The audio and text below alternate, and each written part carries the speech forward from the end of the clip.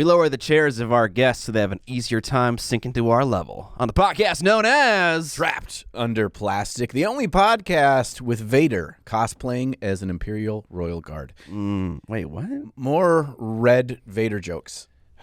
Oh, still haven't finished that. Cracking a cold one for the boys. Don Haney is in the house. I'm back, fellas. Yes. I'm back. Thank you for having me. Dude, I think you are probably the guest that gets the most requests to come back out of any guest we've ever had. Oh, Right. You know, I question the taste of your viewers. So do we. Last time Don was here, we were down in the dungeon. That's Yeah, right. That was yeah. cool, though. Yeah, Yeah. and now you've made it up to The real studio. Real studio with blankets on the walls. Where are you at? Do you like the old one more or the new one more? Now that you've seen both. You know, I kind of liked we were facing each other in the old one. That was kind of, That is for nice. the conversation, that's nice. But I understand agree. for the production value of the show, this is probably better. Yes. So we'll, I feel that also. Don't worry about hitting the mic. All right. It's there. It's I promised annoying. him I would keep my gesticulations to a minimum, and I'm already I learned a failed new that, word so- before the podcast. you know. Gesticulations. Vocabulary. I've been known to have a Yeah. prolific vocabulary at times. At times. Now I'm just showing off.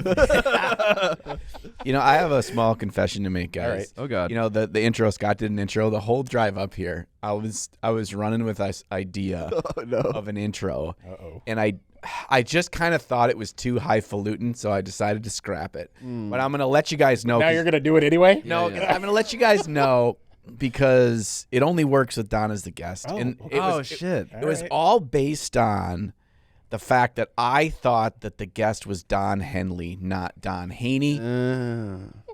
Don, do you know who Don Henley I is? do know who Don Henley is. All right, fucking rope me in. Who the Yeah, frick's let's- Don Hanley? Don Henley is a prolific musician, was the lead singer of the Eagles, also had a long time solo Huge career. solo career. Yeah. Yeah, he wrote like Desperado. He wrote Boys of Summer. He wrote a bazillion big hits, and so I was gonna do a little intro with the song of Don Henley, and then I was gonna introduce our great musical guest Don Henley, and so Sorry to disappoint. yeah, I mean maybe it's just like everyone that is Eagles fans would know that, but that's not very many people in our Not audience. your audience. No. Yeah. I think a lot of people out there like Eagles, right? You know, when you got to explain the joke reference, you're know. in bad territory. I know. And then all the songs I was looking at that would be a good fit that I could reposition are more obscure songs, so people wouldn't even get it.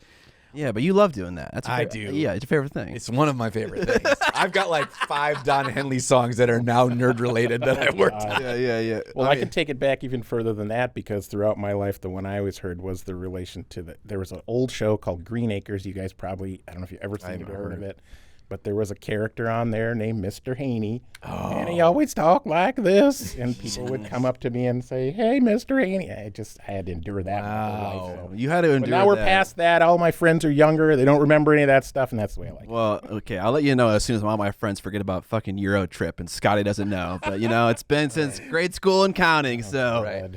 that's a cross I have to bear forever. I often get told in comments that I look like Matt Damon. So I could totally cosplay as Matt Damon from Euro Trip. And Scotty doesn't know. God, I can't escape this. It's all just coming go together. around the convention with a microphone. He has a shaved head, though, Yeah, right? he should Okay, say. yeah, I'd do yeah. it. I'd do it for that. You'd have to commit. Dude, I actually have. I hadn't seen Euro Trip ever in my entire life because I hated it so much until I was like, I don't know, like 29. It's a couple years ago. It's actually pretty solid. It's a pretty good movie. It is kind of a late 90s, early 2000s pro comedy. I just had a thought. Uh-oh. Okay, you do you like Napoleon Dynamite, Oh, I Nacho love Libre? that. I love You that. appreciate that kind of comedy, right? Of course, yeah. That Napoleon guy, Dynamite, yeah. Jared Hess, that director, made a third movie, and it is fucking unhinged. What is it? It's something about Broncos. It's not about horses, Oh, though. yeah. But it's called Gentlemen Broncos. Yes, I haven't seen it, but I And have seen the references. It to it. is so crazy. I cannot recommend it enough. If you can take a little barf humor. Yeah. Oh, I love barf humor. It goes a little past the line. You know, it's not just someone throwing up on screen. It's a little bit past that. But it is so crazy. It is so hilarious. It is, I think, my favorort of all three. Okay. Check it out. Highly recommend. Gentlemen Broncos on the list. Gentlemen Streaming somewhere. Um, I have time tonight. I was gonna binge all of Mandalorian because I've never watched any of the Star Wars Oh, TV that's shows. a great series. Yeah. So I'm like, I was gonna binge that tonight, but I'll watch Gentlemen Broncos instead. Actually, I don't know. I can't remember where I watched it, but I'll find it. Yeah, I have all the services. There you go. There you go. You have to watch it. Okay. Anyways, into the preamble ramble. Yeah, let's go. What do we got? I got some stuff. Everyone's got some stuff. John, Yeah, we got some what's your deal? I realize that I've officially evolved into an old man because I have a new passion for estate sales. Oh, good Lord. That was me bird watching. Yeah, no, not bird watching. So That's going to be rebuilding boat motors or something. Yeah. There's so many things it could have been. Historicals, Don. We're going. Oh no! Don't tell it. I'm still not in there. I'm hope. still not there. No. Yeah. What? Yeah, you paint them, so that Oh, doesn't historical count. paint, not games. Yeah. though, No, but you that's- paint them. You're in it. You're in it. You're in it. Yeah, I that's try a to deny my sidestep. reality. But I go to estate sales most weekends now. So, really? Yeah. Okay. Yeah, and I find all sorts of cool stuff. Yeah. Right? Oh yeah. It's just really interesting to just like delve into these dead people's lives. It's just weird. Like, if you Dark. think They got about dark. it- Yeah, you think about it, right? You can I like to go in not knowing anything about. I don't know if you could do research on these people, or whatever, but I like to go in. That'd be creepy. And then I go in and I figure out their life room by room because it's all their stuff. Yeah. Yeah. And I can figure out about how old they are, maybe what they did for a living. Maybe so a lot of like cultural references to different things, and it's felt like trying to piece this story together that is absolutely not based in reality whatsoever. Yeah. But I just really like it, and I want to share a couple of the treasures that I've picked up. You're like a forensic scientist. Yeah. There's all sorts of weird shit. But I bought an awesome stone gargoyle. You always need a gargoyle, right? Yeah. You know? To look over you. Yeah, and I have him sitting. He's perched above my my IKEA case with I have my Golden Demon stuff in or whatever, and he's just like there's a protector. That was cool. But I also bought deep in a musty basement of one of these estate sales. There's just a bunch of books, right? And I found a 1904 printing, full collection, all 10 volumes of the complete works of Edgar Allan Poe. Whoa. Wow. And these things are creepy. And they've got art in them, like lithographs or some shit inside of them. And I looked them up on eBay, and if you can find the complete set, they're like $400 or more. Wow. And I got them for $20 for the full 10 set. So I have them on my thing, and because in high school I was in speech. Some people call it there's a different term for different states, but anyway, it's like a competition thing. It's an extracurricular in school, and I did the poetry category. So I dig a lot of the creepy poetry. I was in the not the flowery, lovey poetry. It was in the deep, dark poetry. Fuck that shit. So a lot of Edgar Allan Poe stuff. Yeah. The Telltale Heart, that kind of stuff is really cool to me. So those are some of the cool things that I've found while I'm repatching together the lives of these dead people. Okay. I thought you were going to give us the plot of the next Evil Dead and say, I found this sick book that was made out of human flesh called the Necronomicon, and I opened it. I was like, get the fuck out of here, dude. No, that's really cool. I like that. What's the structural integrity of the books? Are they in good shape? Or They're solid. I'd give them a 7 out of 10. wow, Really? that is a good find. Yeah. Yes. So they're kind of the size of those pocket Bibles. So they're a really neat size in the when you have them all in a row on my shelf. Yeah. I was just like, oh, so cool. But I actually open them and stuff. You forget oftentimes how writing, even 100 years ago or 150 years ago, how much different people wrote. It's hard to read. Yeah, it is. That's like reading Lovecraft. Yes. Any Lovecraft stuff, the way it's written is very different type of writing, and sometimes it's hard to get through. But dense is the best word I can use to absolutely. describe it. It's you have to use so much more of your brain than if you're reading George R.R. Martin. It's just they try to make it easy for you, and here now it's just what does this sentence mean? I feel a little bit of that. You have more you want to say? No, that is it. 'Cause I can dovetail into that nicely. So I went on vacation and also a work trip recently to Phoenix. And whenever I go on vacation, I try to read a lot. So I'm reading Dune right now, and I read a ton of it. I'm 100 pages until the end of it. Oh, yeah. That took me my first book I finished in I don't know, a decade maybe. That wasn't a rule book for a game. But I'm really enjoying it actually. But I felt a similar way about the writing of that book. Especially toward the end of the book when Paul is really getting into the throes of his ability to see into the future. Whenever he's monologuing, it is so confusing. But yeah, there's tons of words I've never seen before, including the ones that he's making up, but tons of words that I didn't know existed, had to look up to figure out, like a pogrom, which is the noun form for like an ethnic slaughter of a certain people. Like I never did that word before, but there's tons like that. I'm really enjoying that. But I was in Arizona to visit Monument Hobbies. So that was pretty cool. I got to make a video or film a video that was similar to my Black Site video, where I'm kind of like looking at the life cycle of a paint product. Like, how does it go from idea to creation to large scale production to like bottling, labeling, and fulfillment, like the whole life cycle. And so it was really cool to be there, because one, that was the first day when I was filming, was the first day they had their automatic paint filling setup complete. And and are they doing them by hand? Yeah, Before yeah. that? Really? And seriously, one employee can do thousands of paint a day. Wow. So like they're not slouching at all. So that was going on that day, and also the biggest sale they ever had in their company's history also happened on the day and the next day that I was there. They put a new sale out that was available for pre-order at Adepticon, but actually available now online. And it was huge. Everyone was running around. There's a lot of clamor, a lot of commotion. So it was really cool to get to see them like work under that kind of duress, and see how they function. Here, get stressed for me so I can take this footage. I know. That was cool. I got to be on the live stream. I got to bottle my own paint. I got to do the paint filler. I got to learn about the whole process, and it was really cool. I love that kind of stuff, so it was a treat to get to film it. Is it a lot like, I picture it's a lot like making your own Blizzard at Dairy Queen? Kinda, yeah. Actually, kinda, yeah.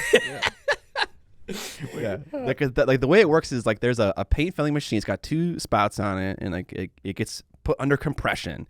And all you got to do is open a valve, and then it pushes the paint out. And they have to figure out at the beginning of the day how many seconds and milliseconds that the valve needs to be open to fill a bottle perfectly, because paint has different viscosity. Maybe the pressure is slightly different. The pressure changes as you use more of the fluid inside of the pressure pot in that big gallon container. And so they'll have it set at like 2.1 seconds. It's like the perfect amount to like fill up a bottle of primer. Like you go to like a thinner material, and then it needs to be lower because it can flow faster. So just little things like that you wouldn't even think about. It's really cool. So they have to recalculate that based on which different paint color it is. Exactly. And stuff. Yeah, what the product is. So then they typically just do one color a day then? You're trying to crank out as much bold titanium white in a day as you can? Sometimes I did ask that question. They go through a couple. And so they have to, they put a giant container of paint inside the pressure pot, and they'll work through that in a day easily. They'll have to kind of change it out every now and then. And they have like they have ways to clean the line so they can swap out a paint, but they will change from product to product. But I think ideally they'd stay on the same thing the entire time, so they don't have to clean too much. But that's another thing that fucks with the flow, is acrylic paint dries, right? And so as it runs through the line, the diameter gets smaller and smaller and smaller, and so the rate changes with that as well. And so they want to be cleaning it frequently anyways, because it reduces efficiency if they don't. Yeah. All these things you wouldn't think about, right? Right. I mean, although we use acrylic paint and we immediately go like, yeah, of course, right? I get that. Yeah, absolutely. Like your airbrush, like 100% gets clogged. Same thing. Yeah, that's my bit. Cool. I had two quick things. So last time I was on, I talked about that MMSI show in Chicago. Yes. And I finally got to go. Nice. For all those years. So in October of 2023, I went to the MMSI show Chicago. It was really cool. I took two pieces and entered them in the same category. It was the historical paint category. And I ended up getting a silver medal. Congratulations. And a commendation for the display, because I displayed the figures with some historical photographs that were, one was an exact, the model was an exact replica of the photograph. The other was like an inspired. But I wasn't expecting that they sort of judge it along with the display itself. So that was kind of cool. Saw some really neat stuff there. Just some amazing paintwork, probably similar to what you saw at Monte Sansovino, that sort of high-end bus painting. Lots of models. But the really cool thing that was there was over his life, Shepard Payne had done these things called box dioramas. I don't know if you know what a box diorama is, but it's a diorama. You do it inside a box. It's got all the lighting. It's like basically like a snapshot of a movie. Right? So it's lighted and they're posed in a certain way. And they had all of his box dioramas that he had created over the years that had gone out to different collectors. I think there were 14 different ones. Wow. And they had all of those on display at that show. It was amazing to see those. I've seen them in magazines and in different places. You've seen them, in print, but I'd never thought I'd get to see one in real life. And I got to see 13 of them. Wow. So that was pretty impressive. So that was a lot of fun. Got my catalytic converter stolen off my car. Oh no! While you were there? Yes. So in the hotel parking lot, my wife and I, hop out to go get lunch, start the car up. It makes this horrible noise. And so we're both sitting there looking at each other like, what do you think that is? I think I know. Oh, no. I look underneath the car. There's a big gap underneath. And Dang, so this is how we're sitting in the car Googling what happens when your catalytic converter is stolen. Yeah. What do you do with the car? Exactly. So anyway, it's a whole big mess. We had to get the car towed and fixed later, but it didn't matter because I still had a great time. The convention was pretty cool. The show was really neat. So I recommend it to both of you if you get a chance to go. It's October every year. What's one thing about that show that was different than your most recent Adepticon experience? So I think the difference was it really was just focused on the miniatures, like the models and the miniatures, and it's really just about a gathering. It's low pressure, unlike the Golden Demon. It's kind of low pressure because it's more of a show.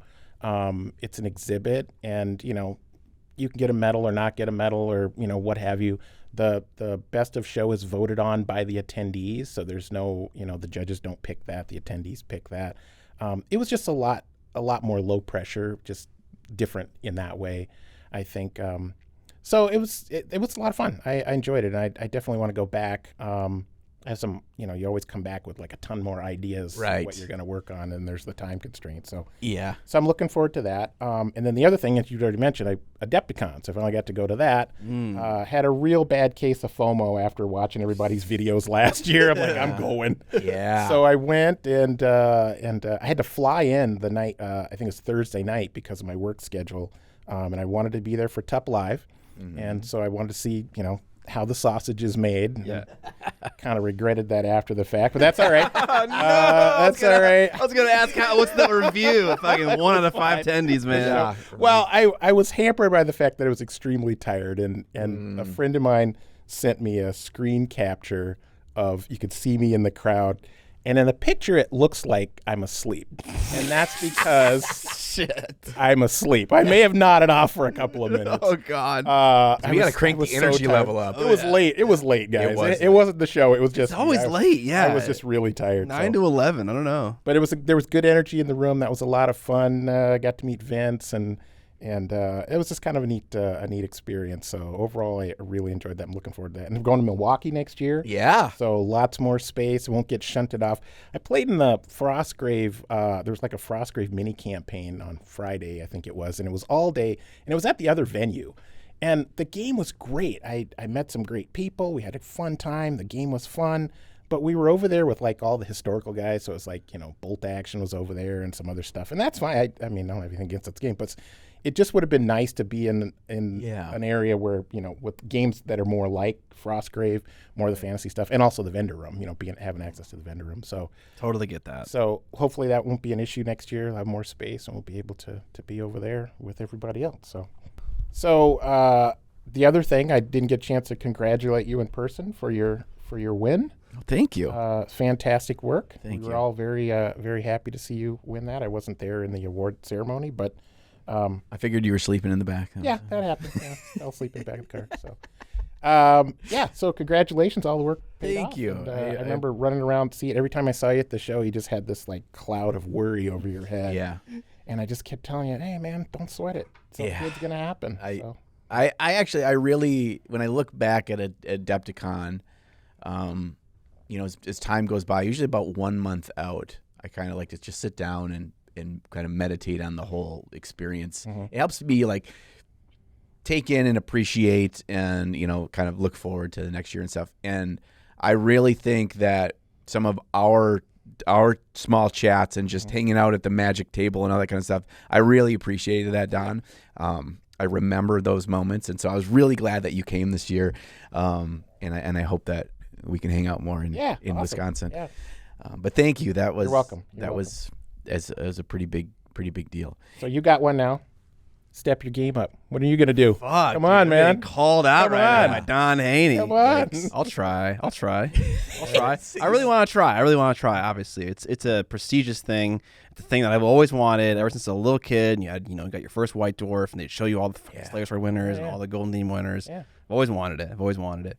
Well, start with the Chicago show. It's in October. Oh, okay. Put something together for that. Get kind of get your feet wet on hiring people. I don't know.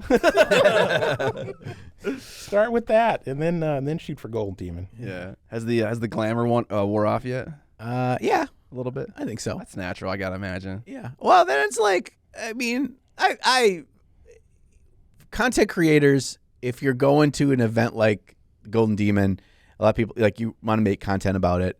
And I realized, like, I put my video out, and then over the course of the couple of weeks after that, it's like every content, I don't say every, it's over exaggerating, but a lot of content creators were there, did videos about their competition piece, and like, did my XYZ win? It's like, I won a Golden Demon with blah. And so I kind of was just like, oh, well, everyone did that. And yeah, but you're the only one that did win. I know, but I know. I watched all those videos and I enjoyed them too. It's a different take, and it kind of helped me relive my experience. But then since then, I was just kind of like, just like, I'm happy with it. I'm happy when I look at it on the shelf. I don't want to think about how much work that was. But I also, like, just like Donna, you were saying about coming home from the MMSI show, like, I'm just like, all these ideas and getting so, inspired by all these other pieces of work you've seen. And that's kind of died down a bit as well. And so I found that when you're working for something for competition, it's very easy to have that while you're there. It's being an adult later on and then making it a priority to bring it back up into your life. Otherwise, you turn around and it's December and the competition's in March. Like, you have to be proactive in it. And I haven't, because I wanted to give myself a breather, and even to consider if I was going to do it next year or not. Ever since we went to the very first Adepticon, every single year I've entered something in a competition. I've never not done that. Oh, okay. I'm curious how my experience would change there if I didn't enter something. And maybe that would be good. I have a gut feeling that it wouldn't. I have a feeling that'd be like, I like that. I like that skin in the game. I like that weight on my shoulders, the stress and the whatever that's hanging over me. I don't know why. I just am a masochist, I guess. I enjoy that. Well, I think the nature of the Golden Demons is different too. So not having anything entered in the show, you're able to go around the cases and look at stuff and kind of, I felt like I could be pretty objective about what I thought was really good and what I didn't think was so great, or maybe not as good. It was weird because at the Chicago show, I didn't feel like that at all. You just went around and kind of all soaked it in, because there wasn't that, that sort of pressure for what's gonna get a Golden Demon, what isn't. So you feel like there's just an inherent pressure at a Golden Demon show. I do, and that's coming from a place of having competed before, but not recently. Okay. And so, I don't know how I would handle that. Okay. Real talk. I'm contemplating entering something. Oh boy, maybe. You see, you should say this in private. On a recorded show. Okay, yeah, nobody's gonna know, right? So I've been because you can't go to these competitions and not think, I want to do that, right? And so, but then like you said, you get home and the realization hits you. It's like, do I have the time to really put into something that's gonna be worthwhile, or am I just gonna make something, put it in there to say I put it in there? Right. I got to make that decision. But, something that I want to do for Chicago, I don't think that pressure would be there. It'd just be something to take and show. Yes. And a lot of the presenters there, which is another thing that's different about that show, is a lot of the presenters bring multiple things. So they'll work on stuff all year long, and everything they make that year, they'll bring and display it. And they'll display it in different categories, or all in the same category, or what have you. So it's just a difference in how I think your mindset is. But yeah, going around the Golden Demon thing and looking at all the stuff and trying to figure out what, how things are going to be aligned is really, it's taxing when you're not competing. I can't imagine how you feel when you're trying to be objective when you've got a piece, like you said, you got skin in the game. So anyway. I feel like it's impossible probably, right? Yeah. To a certain degree. Yeah. I ask. So you can have that objectivity in categories that aren't your own. I found I can never be objective when it's in my own category. I couldn't either, yeah. No. What I found myself doing, and I'm not saying this is the healthy way to go about it, is I would just look for faults in everyone else's stuff. Yeah. Not even to like boost myself up to say, oh, I'm better, but more to like prevent myself from feeling defeated before you ever get there. No, I get it. Yeah. And to just try to be like, you're also so biased because you know all the hours, you know all the evenings, you know all the thoughts and everything in yours. So yours isn't just a model anymore. Right. Yours is this, this giant boulder that you're having to push up the hill every time. It's so much more behind it. So you just can't be. In talking about the difference of experience that you had compared to Golden Demon and MMSI was that when I went to Nova last year, I had a very similar differentiating experience. I brought stuff to compete at Nova, but it's an open competition where it's, if you're good enough for a silver, you get a silver, no matter if it's one person or if it's 10 people. And that weight and the way that I looked at pieces there and just the way I approached it and just in general, the vibe was so different. I think there's value in both existing. Sure. I don't, having gone through the gauntlet of Golden Demon a number of times now and failing and now not failing, I really appreciate what it is because it's such a different animal and it's not a forgiving animal. Right. And it kind of rewards a level of the hobby that I don't think is healthy, but that doesn't mean that it doesn't deserve to exist. I think if they were all like Golden Demon, I would have a problem. Yeah. If you have other options that are more fulfilling to cultivate passion and, exposure and putting yourself out there in your work, that's so valuable. Yeah. I would push back a little bit on your use of the term failing because I think you don't fail. I mean, maybe you didn't win a Golden Demon, but the piece that you create for that competition is still a fabulous piece of work. You know what I mean? And I would just, and I know you're coming at it from a slightly different angle than I would. Yes. I have a tendency to just put stuff in the case and not worry about it. It's like that's amazing. I'm done with it. It's in the case. It's going to get what it's going to get. So yes. And maybe that's just a naive view of how competition is, but I'm just not a competitive person by nature anyway. So for me it would be slightly different. But I just like I said, I don't think you should consider it a failure that you hadn't won anything. Good now. call. Good call. Because you still created amazing pieces. So. Yes, yes. From not having won a Golden Demon, that's a better way to put it out there. Yeah. And the one thing I think about sometimes is something like a competition like that, and going back to competing in high school and college in speech, giving speeches. Like when I went to a competition there. I didn't have a thing that you just entered and then it was what it was. Like when you competed, you had to get up and you had to perform and you had to real time. Yeah. It was like you are given nothing. You have to go up and you have to earn it every single round, every single time. So there's a level of at least from my mindset of having experienced that kind of competition before in life, going to an event like this and it is out of my hands and it's like all the work has been done up to here. I can put it in the case and now I get 4 days to enjoy the whole Adepticon and know that I don't have this lingering over my head. Because what if it was like Sunday afternoon, you had to perform something? I would hate all of Adepticon because you have to be on to compete. It's just it's a different animal and you're right. It's in the case, it's out of your hands, and you can just kind of distract yourself with all these other awesome things that are happening. So. That's the theory anyway. It's a working theory. It's a working We'll see theory. how it goes. Yeah, I mean, you've already heard this, but I mean, I haven't competed the last 2 years, and I really enjoyed not competing. I mean, you're going to find pros and cons to both things. Absolutely. Yes. But to be detached from it was for me a very healthy thing. Yeah. But also you mentioned like if it was on Sunday, you had to do a live performance. That's a little bit how I feel about Top Live. Yeah. So the fact that it's on Thursday is nice. Right. You got to Get out get of the done way. early. Yeah. That's true. Yeah. 'Cause it's not. It's something that I entirely do to myself. I don't know why I feel this way, but even like when I go to play like volleyball, like casually in an intramural league, like on the drive there, I'm like, okay, this is like a performance thing. I gotta be on my shit, and I'm like thinking about it, and I'm stressing. It's just a thing I do. I don't know why I do it. But anyways, that's a good preamble ramble. Let's get on to what we painted. All right.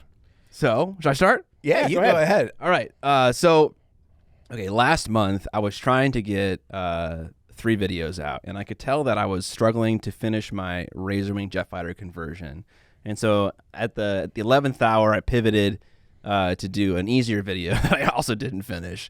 But it's okay because it's done now and it's like almost fully edited.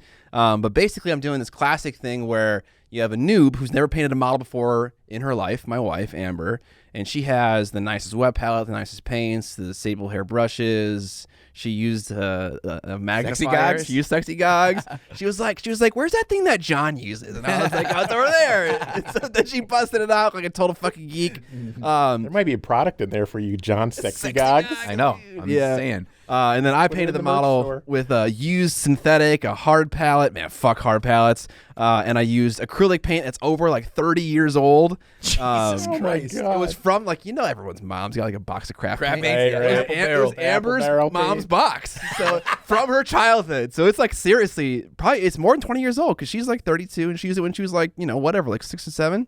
So I got to use that shit. And we both had an hour and a half, painted the same model, and like the question is like, how much does your gear really help? So this is my little mushy that I painted, and that's a nice simple model. It was really easy to get done pretty fast. But like, holy cow, that paint held up, dude. It held up. I've painted with shit paint before, and it was so much worse than this stuff. But this was Anita. It was Apple Barrel. It was all the stuff you're familiar with, but it was not that bad. It wasn't that bad. It wasn't that bad. Okay. No, yeah, it was very shocking, actually. Everything else sucked ass. I hate the hard palette. I hated everything else. Yeah. I'm gonna skip to the end because I've already come to my conclusion. I think what we're seeing here is that skill trumps quality of materials. Yeah, I didn't necessarily bring over Amber's model because I didn't paint it. But yeah, it was literally her first model she ever painted. So it was so cool.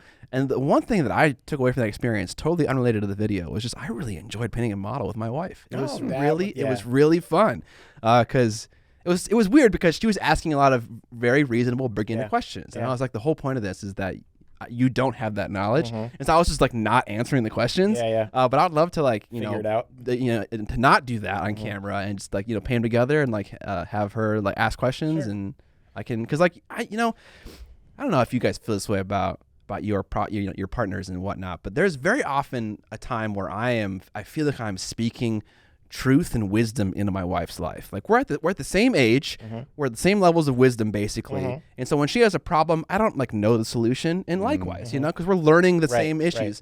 But like here is a time when like I know a lot about this thing, and if you ask questions, I can speak with authority, in which that that feels good. You want to be able to like feel like you're doing something positive for your partner.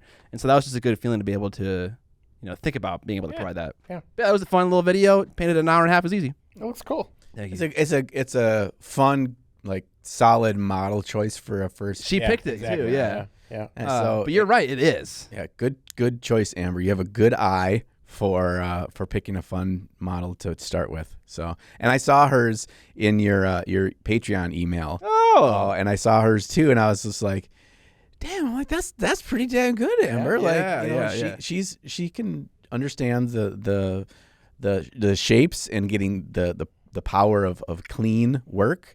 So like that's good. Do you think you guys are gonna do it again just for fun, just the two of you, or like paint models just in general? Yeah. I don't know. I need to fix the setup at home in order to get that to happen. Sure. Right now it's very haggard. It's not a good setup. I mean, there's a lot of value in the experience. Yeah, not being hard to get into, right? Yeah, exactly.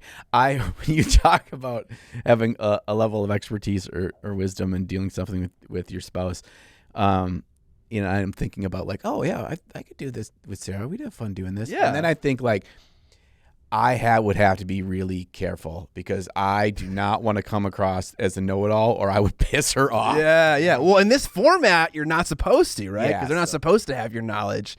So if she asks questions, you just slap her down. Say no. So paint your own little mushies, bro. Why did you? So I understand. So why did you think it was better to give her the best quality? So to give her the best advantage, right? Yes. To see It's really trying to isolate like how much of a bump is like the gear going to give her. Yeah. Compared to how much of a bump is my knowledge going to give me. Gotcha. Yeah. It's not scientific at all. No. I wasn't. No, but I just remember having a discussion with someone about that before. Is when people come online and they say, "Hey, I'm just getting started. What brushes should I get?" And someone says, Winsor Newton Series 7. I'm like, why would you tell a beginner to go out and buy an expensive brush? Because she's going to get wrecked right away. She trashed my brushes. Yeah, so I did, some mid-range stuff to start until you know if you're going to like what you're doing, and then bump yourself up. That's kind of where I come at it from. And sometimes you win the lottery. You get a set of 10 Taklons, and one of those brushes is fucking magnificent. Yeah. And it doesn't curl for a long time. It's like, what is going on here? This is witchcraft. Gotta have that hook on the tip. Yeah. But it works out. Challenge. That's my first thing. That's a go. It's been a month, so I've started a lot of stuff. Yeah. How about you? Well, how about you guys? And a little behind the scenes for the Goody Peebies out there. We actually the latest episode, the one before this one with Jeremy, we recorded that prior to Adepticon because he was in town on the way there. Mm-hmm. And then we came back from Adepticon, and we wanted to, while it was still fresh in our brains and still a hot topic, to have a Adepticon recap show. Mm-hmm. So we hadn't recorded for a month. Yes. So we got a lot of stuff. Which is also why there's a scheduling issue right now with the episode. Oh no! Because did you think it was supposed to come out? Next Monday? Or? No, it just didn't get scheduled. I guess I just didn't communicate well enough with our editor to get it scheduled. So it's there were some issues with it, and so I'm re-rendering it now, and I will schedule it before I leave for today. It kind of got put out of our minds, at least out of my mind, for like a long time, and so I just didn't check to see if the podcast went up on the day it was supposed to go up. I'm surprised no one yelled at us elsewhere. Only reason I knew was because it was someone posted on the Facebook group. Okay. And so thank you. Trapped Under Plastic Facebook group. You're actually much more helpful than maybe you realize. I check that all the time. And then I was like, oh gosh, someone just it didn't show up on their, Apple iTunes or something like that. And so then I go out there and I'm like, it's not on YouTube. Scott, why isn't the podcast? So then I log into that thing and I'm like, okay, I see it there, but I can tell it's not finished, but it's there. Yeah. So it looks like it's probably like 90% done, something, whatever. But we'll get it figured out. Anyway, there's more sausage being made for you, Don. The technology. Right? All right. Don, what did you paint? What'd you worry? So coming out of Adepticon, I picked up a new game called Carnivale, which I thought it was a new game. It turns out it's been out for about 10 years. Holy cow. I'd never heard of it. I did not know it was that long. It takes place in Renaissance Venice. And there's some, dark forces have caused a rift in the universe, and all these weird things are pouring in, and clowns. Yeah, and clowns. Yeah, you got the clowns, and so I picked up some stuff for that. I've been painting that out of a starter set. A buddy of mine and I are gonna roll some dice on that tomorrow. Oh, nice. How we like that, but that's kind of fun. But what I brought along today. No wicked clowns. No wicked clowns. I brought along one of the two pieces I entered at the MMSI show. Oh. So it's historicals.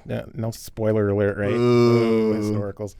So this was, this was a project I worked on for about a month, and I thought it was going really well, and then there was a period where it wasn't going so well, and then I was getting a lot of feedback from Dano, and it turned out I thought I was almost finished right before I was supposed to leave, and I ended up pulling an all-nighter to do that. Yeah. I just hate that. No, that's part of the experience. So, but as part of the display, because it was that displayed with the two tankmen that I think I showed you last time I was here, along with the photographs. So I got the silver medal for both, basically, is the way they just look at it. So I was happy with it. I would like to redo the base. It didn't quite turn out the way I wanted. But yeah, that's kind of, and that painting at that level, I think we talked about this last time we got together for lunch. Painting at that level is so stressful for me because I spend most of my time painting gaming miniatures. And painting at that level, trying to really push the boundaries is not fun for me. But I like tend to like the end result. Yeah. And say, wow, I'm glad that's done, and then move on to the next thing. So that's why I'm hedging on Golden Demon. Yeah. I don't know if I want to commit to that or not. But is it uncomfortable for you because you're pushing out of your comfort zone and like you're doing things you don't normally do? I am a very slow painter to begin with. Sure. So slogging over like one arm of the jacket to get it perfect for a night or two nights is not how I prefer to spend my time. It's just it's stressful because it's not what I normally do. I'm trying to paint gaming models to a high level, but but they're at the end of the day, they're game models. So, you put them on the table, they're 3 feet away, and they look great. Yeah. But, when you do something like this, it's for a show, it's for scrutiny. It's a little bit more stress-ridden in the process. But right. But I need to do more of that. And that's why I said, I want to go to MMSI again this October. I'm going to do a fantasy entry, I think. I'm not going to do historical entry. The fantasy category is blowing up. Oh, So right. I said, if you guys want to come, you can enter in the fantasy category. You don't have to paint historical. And they are very happy to have more fantasy painters in that category. So right. You said something that's interesting, that it's an idea that I'm kind of wrestling with, and we've kind of glanced across on the podcast. Like, you've identified that competitive painting isn't a thing that you enjoy doing the entire time, but you also reason that you should do it. You need to do it. I think you said you need to do it. Yeah. And so it's like, I kind of have that similar feeling. It's like, I enjoy painting in the way that I like to paint, and it's like, surely there are positives to competitive painting. Yeah. But it's like, should I do something that I don't want to, that I'm not going to enjoy entirely? Should I kind of turn the hobby into a job where I'm doing a thing for the sake of responsibility as opposed for the sake of my enjoyment? And I kind of really struggle with that. And this is why I kind of have been on, kind of a bit of a hiatus from competitive painting, because it's hard to justify doing something for a long amount of time that's just not enjoyable for, a portion of it. A portion of it is enjoyable, obviously. Exactly. But you get to a certain point where it's like, fuck, this is a grind. And right. I'm having fun. Yeah, there were parts of that I really enjoyed doing. But then there were parts where I was just like, ugh, I just got to get through this. And when you're having those thoughts and you start questioning, well, should I be doing this? Yeah, it's interesting. But then you get to the end result and like, that's what I wanted. So the payoff is worth it. So it's the payoff. Okay, I got you. Yeah, I got to get used to the grind. I guess that maybe that's what it is. Yeah, and that's the thing that maybe John's more used to, is because it is in his wheelhouse. Yeah. Is that he's becoming more comfortable with that process. Is that true? Each year, did it get easier for you? No, I wouldn't say it's easier. I think it's just you understand more, and you don't react or overreact when you're having those lull moments. Sure. I go through a part where you're having a lot of difficulties and you're thinking it's not looking good, and it's just being able to reinforce to yourself, it's like, this is part of the process. This is going to happen. Doesn't mean it's a failure. Doesn't mean I should quit. Doesn't mean it's wrong. It just means I got to work through it. Right. And the big thing I come back to, and I would say it's true for you, Don, is going through this experience, and you tell me if I'm wrong here. It has a connection and a takeaway that's valuable to when you go back to painting to high level or tabletop level for your regular painting. Yes. You're a better painter. Yes. Even though you're not putting all those grueling hours in. Yeah. And when I started to feel that and see that, I was like, oh, I don't feel so much weight on I'm just doing this one thing and spending 200 hours on this one thing. I'm spending 200 hours on this one thing, but those 200 hours are actually banked for future John stuff, for in one of the models I'll show you today. Like, I feel like this looks better for a 5-hour paint job than I would have been able to do a year or 2 years ago. Yeah. Like, you just, the little things you pick up, it just like, it's so valuable. And I'm like, oh, I think long term, this balance for me of back and forth of I'll do something that's full ball sack, then I'll step away from it and just enjoy painting. It makes all the other painting better. And so like your these little peaks that you have make your next valley higher. Yeah. When I came back from MMSI, the first thing I worked on were some models for Silver Bayonet, and those are they're historicals. Fantasy historical. They're fantasy historical, vampires. quasi-historical. They're a historical adjacent, but doing Napoleonic miniatures on a gaming model and Napoleonic uniforms. And the way I was able to paint those wasn't so much that they were Napoleonic uniforms, but where I was putting the highlights, how I was putting the highlights, pushing the contrast a little higher. All of that was a direct correlation to the time I spent putting that piece together, and I was able to apply that differently and better to game models. So yeah, you're right. I think that's a good call. Yeah, and this is beautiful. I love this. I love the storytelling, and I love that it's that there's some truth in history behind it, and the subtlety of this. Like, it's easy to it's easy to see that it's very pleasant to look at, but it's all in the subtlety, and I could just see how much work and time that was to bring the depth of color and the bringing volumes to what feels at first glance it's just very green and olive. And then when I dig in there, I'm like, oh, there's so much depth that's going on here. And you're like, I'm jealous of your ability to do the freehand of this writing. Like this is so crisp. That was one of those things I was like, why am I doing this? I thought I'd be able to use something like a tech pen or, a white, but it wasn't working out. It just, the surface wasn't right for that. So I had to freehand paint it. Nice. There was a couple hours in there. That's impressive, honestly. One of the soldiers is holding a sign that says, we'll get a picture of it. Yeah, get pictures of this? Yeah. Okay, we'll show it on the screen, but it says Easter eggs for Hitler. And it's not that you just freehanded the writing on the sign. It's that you freehanded the writing like a soldier would have written it in that time period for the sign he would have made. Like it's just it gives you that extra level of depth. You're not just trying to make it the clearest, crispest font. You're trying to make it feel true to the period and the characters. And like that's so that model is based off of a historical photo. Mm-hmm. And so there's an actual photo of those exact gentlemen with that sign and everything. And so I had the picture and I was able to emulate the writing on the sign in the photo onto that. It works. You could tell like some of the letters are purposely skewed. Like cuz in reality, none of us can write a perfect straight word out over a big sign. We're not used to doing that all the time. And it's so cool. So that's so awesome. Yeah. So that's thank you for sharing that and bringing that. Did you get it? I want to see it more though, because I didn't know how long we were going to talk about it, and I wanted John to be able to see it for a decent amount of time. No, you don't get it. What the heck, bro? Give it back, bro. All right, what do you got, John? Thank you. You're welcome. So since our last episode, I painted 61 miniatures. Forget it. So 60 of those were a repaint of my Night Lord's 40K army. And it's basically taking everything that I had already done and the stuff that I was not happy with, just improving on it, and trying to get that done in a reasonable amount of time. I ended up spending about 40 hours for the repaint. That sounds about right. But across all those models and the amount of steps that ended up taking, I was pretty happy with that.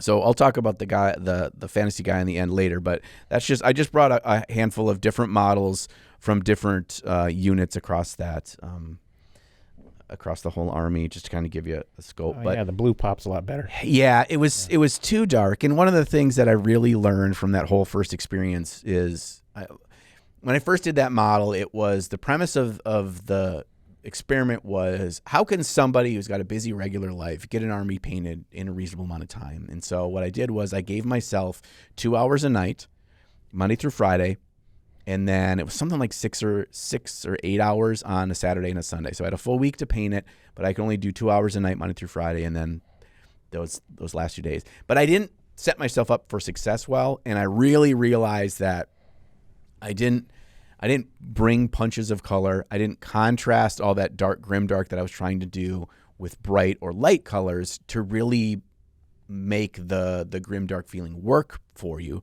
And so I learned a lot kind of by, I don't want to say failure, but by making mistakes that I saw and was unhappy with the final look of the army. There was a lot of the OSL red that I did as like the final step when I first painted the army, and it was too overpowering, and it was not precisely sent through the airbrush, and so trying to pull that back. I did have a fun little thing that I had lightning bolts, and so I airbrushed that more vibrant blue across all the armor, and then I redid the lightning bolts with white, and I wonder if there's some of those on there, but you could still see a faint view of some of the old original lightning bolts, and then the crisp white ones over the top. It made it feel like the depth of a real stormy sky, where it's either like like a shadow or of a reflection of that lightning bolt off of distant clouds, or the depth of there's more lightning that's going in the distance. Either way, I was like, this is really cool. This is something that I would totally do this again, maybe even painting to a higher level or more of a display thing. If I ever did like a Night Lord for a competition, I'd want to emulate that at a higher level. But I'm much happier or more proud of like playing with that army after having redone that. Again, it's a lot of like trying to do quick work, but what can you do in quick work to boost things up as best you can?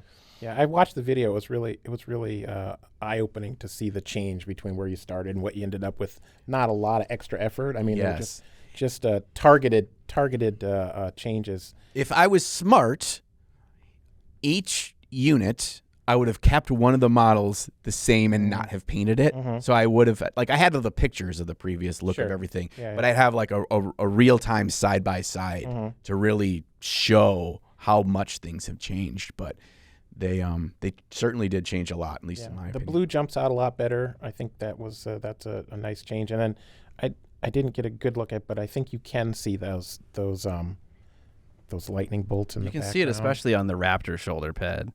Oh yeah, you can definitely see them. Yeah, that looks great. It adds a level of dimensionality that wasn't there before, probably. I haven't seen the video, but basically, with a lot of the guys had like the red OSL on their face because their eyes were there. Yeah. And so you just like kind of came over and relayered the blue there, but kept the red in the shadows kind of. Yeah. That does so much to like make the blue like a significant player in the scheme, right? Because that central thing is like, boom, now it's blue. Now the shoulder pads have more blue in them. Everything has more blue in it now. Yeah. And I actually purposely, and you can see it kind of on the cultist's face and you can see it on the Terminator's face there. I did not cover up all of that red. Yeah. I wanted a bit of that to still kind of show through to give this level of color depth, and it kind of like accentuates the red that's still showing. Also, it's to kind of show you that like you don't have to go over and just completely repaint from scratch like you're starting over. Nothing here was a complete repaint. Even like when I went through and airbrushed the blue, like I oversprayed a fair bit, but because of the future steps, we're like reworking a bit of the golds and then like redefining stuff on the face and stuff. You didn't have to repaint everything from scratch. And it was kind of just like an eye-opening moment for me. It's like, oh no, what you have, you just need to kind of respect that and build off of instead of demean that and redo it. Yeah, 100%. So do you use, I guess for lack of a better term, paint recipes? So in other words, when you paint something and you mix colors together to get a certain color, do you write that down or keep track of that? Because I think one of the things that might be, kind of a thing that would prevent you from going back and redoing your models is if you didn't remember the paint mixes that you used on the original models, if you wanted to punch it up. And I write everything down now because it just helps me because I know I'm going to come back to something or I'm going to try to match a unit later on or something. And I'm not one of those people where it has to be the exact same color. Yeah. I just want it in the same ballpark. Yeah. Because there's vagaries of different cloth, different dye lots and so forth. So I don't worry too much about getting exact. But do you do that? No. I guess there's one value of having the stuff you paint exist on YouTube is that I go back, I rewatch my own video. I had to do that a couple times here. I was like, what did I use to do this? But no, I actually think that like if you have an understanding, let's say like the blue highlights here, I didn't write down, I'm sure there's a picture of it from the video of what exact blue I use, but I actually switched the blue halfway through because the stupid scale color artist tube paint can suck my balls, and I went back to an army painter paint, and you can't tell the difference. They're both a bright, vibrant blue. Yeah. I think we get hung up on thinking you need the exact color for it, otherwise it'll look completely off. It doesn't. No. It doesn't. No. So I said I don't get fixated on the exact color, but if I get in the ballpark, I'm close. Close enough. Yeah. Like if you know you're using a navy blue, you want another navy blue. Right. You're using a cold green. Okay, I want to use a cold green here. Yeah. So I feel that. Scott, what else? I saw some more. I saw a big wave of milliput over there. I'll fucking get into that. So I'm working on a Razor Wing jet fighter, which I didn't bring over here, but this was easier to transport. This is going to be the base that it is on, and everyone hates flight stands. That's not new. And so I was trying to think of a way about how I could get rid of my flight stand, and this is in the awkward material phase of nothing is painted, and so it looks like a worm from Dune. That's not it, I swear. And Kind so of looks like Cookie Monster too. yeah, or that. You know, either is not good. Googly eyes on that thing, dude. I almost did actually, for a different reason. But this is a giant wave of sand, and so my my whole army is a kind of desert themed, and I did a lot of conversions to my Razor Wing over there, which just has a layer of primer on it, or also base coat. But one thing I did was I cut out the ailerons, the fins on the back of the tail, and I positioned them downward on this side of the base, and on the other side upward. And so I looked at a bunch of videos about jets flying across water, flying across dirt, and I was kind of just seeing that they would create this blast wave away from the ship as it flew by. And so I kind of reasoned that, okay, if this side is forcing a ton of air down, maybe it would create a bigger wave on that side, you know, and that's where the physics ended. Right. I was okay, now I'll attach the wing to this side. I got a big brass pin in one of the wings. I'll try to hide here, have it kind of float maybe like 5 mil above this sand wave, and I'll kind of put it on a bit of an angle, so it's kind of like swooping down. And so yeah, this is that base. And so I made an armature out of aluminum wire and fluorus wire, and then I kind of bulked it out with DOS clay, this like kind of terracotta stuff. This is air drying clay. It's cheap. I had a lot of it. And then after I did that, I kind of like shingled on milliput on the whole thing so that I could start to sculpt it and jam rocks in it and stuff like that. And then down here is probably the weirdest looking part. This is a bunch of different like half spheres, and the reason why I said I was almost going to put googly eyes on it because I went to Joann's to get some things that would be little half spheres, and obviously googly eyes are kind of half spheres, right? But they weren't big enough. But basically it's supposed to be smoke, so there's a bunch of little bubbles, and then I doused it all in Tamiya filler that you thin with acetone, and it kind of fills it all in a very smooth way. And then when I paint it, I'll paint it to kind of look like the low, kind of like the very not the dense stuff, like the stuff that gets kicked up, like really thin sand. And I kind of spray it in kind of like a peppery way, make it look like more like a dust. But it looks awkward right now. It looks kind of bubbly and weird. But this is my big flight stand replacement base idea for my Razor Wing. And where's the Razor Wing goes on top? So to go on top, so the wing's going to be right here, and it's going to be angled down and a little bit like it's kind of like making a swoop like that. So it's like the sand is the swirl kind of. Yeah. So it won't be straight. It'll be kind of like this. So it's kind of doing a flyby. Cool. I did a lot of things to the Razor Wing to make it look like it's moving faster. I put a bent antenna on it. I put these chains that are flying backward. I don't know why there's no cool chains on it. But I put some, what else I put on there? I put a harpoon gun on the bottom that also has a little bit of slack in the chain, and that's bending in the right direction as well. So there's a lot of things that are giving it kind of motion, and hopefully the base will help once you put it together. Once it's painted, but yeah, it looks a little fucking weird right now. That's a kind of a cool dynamic idea. We'll see. We'll see if it comes together in the paint. Right now, it's kind of a parade of the hobby gods moment. No, I can see it. Okay, cool. I get what you're doing, and I like it. Yeah. It's funny too because I actually did something at a smaller scale similar to that for what I did for what I was going to have as a Golden Demon piece of 2 Eldar on their little jet skis. They're like sand jet skis. And I have it where one of the wings is just touching the sand, and then it's pushing up more from the other side. So it's just coming in at an angle. It's like, meow. I remember that. I haven't touched it since I started it for that video. But yes, I like that idea of motion. And then a bigger scale, I think it's even more powerful because you went for it in that sand wave. It's almost like a horizontal vortex. Kind of, yeah. I dig that. Yeah. Very cool. Yeah. Another thing we'll talk about that I painted this little Dark Oath Barbarian. Very, you can touch him. He's okay. You can touch him. Very Conan-esque kind of the new Dark Oaths that they did. And I'm going to bust out something that I used for that. This giant color cube. I saw your thumbnail with that this morning. Yeah, all right, I got sucked in by stupid targeted advertising on Facebook, and I ordered these things. I've got 2 of them. I just brought one of them, but they're called color cubes, and used for all sorts of stuff. And there's cards inside, and the cards are color schemes. Nice. And so, because I often find that the whole premise here is efficiency. There's a lot of things we do in painting that the whole purpose, whether we realize it or not, is efficiency. you use a nicer, sharper brush so you can more efficiently paint those eyes or get that nice edge highlighting with less attempts or a better quality result. You use better paints because they can get you better coverage, or they allow you to do more techniques, so on and so forth. More obscure tools, they have a very specific purpose, but they make you much more efficient in that purpose.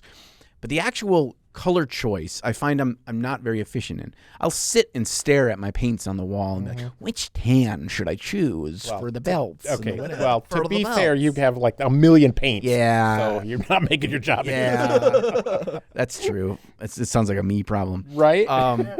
But I often think, too, it's like, well, your color scheme, you have your main two colors, right? You know, they're blue and like a rusty orange is a good complementary color.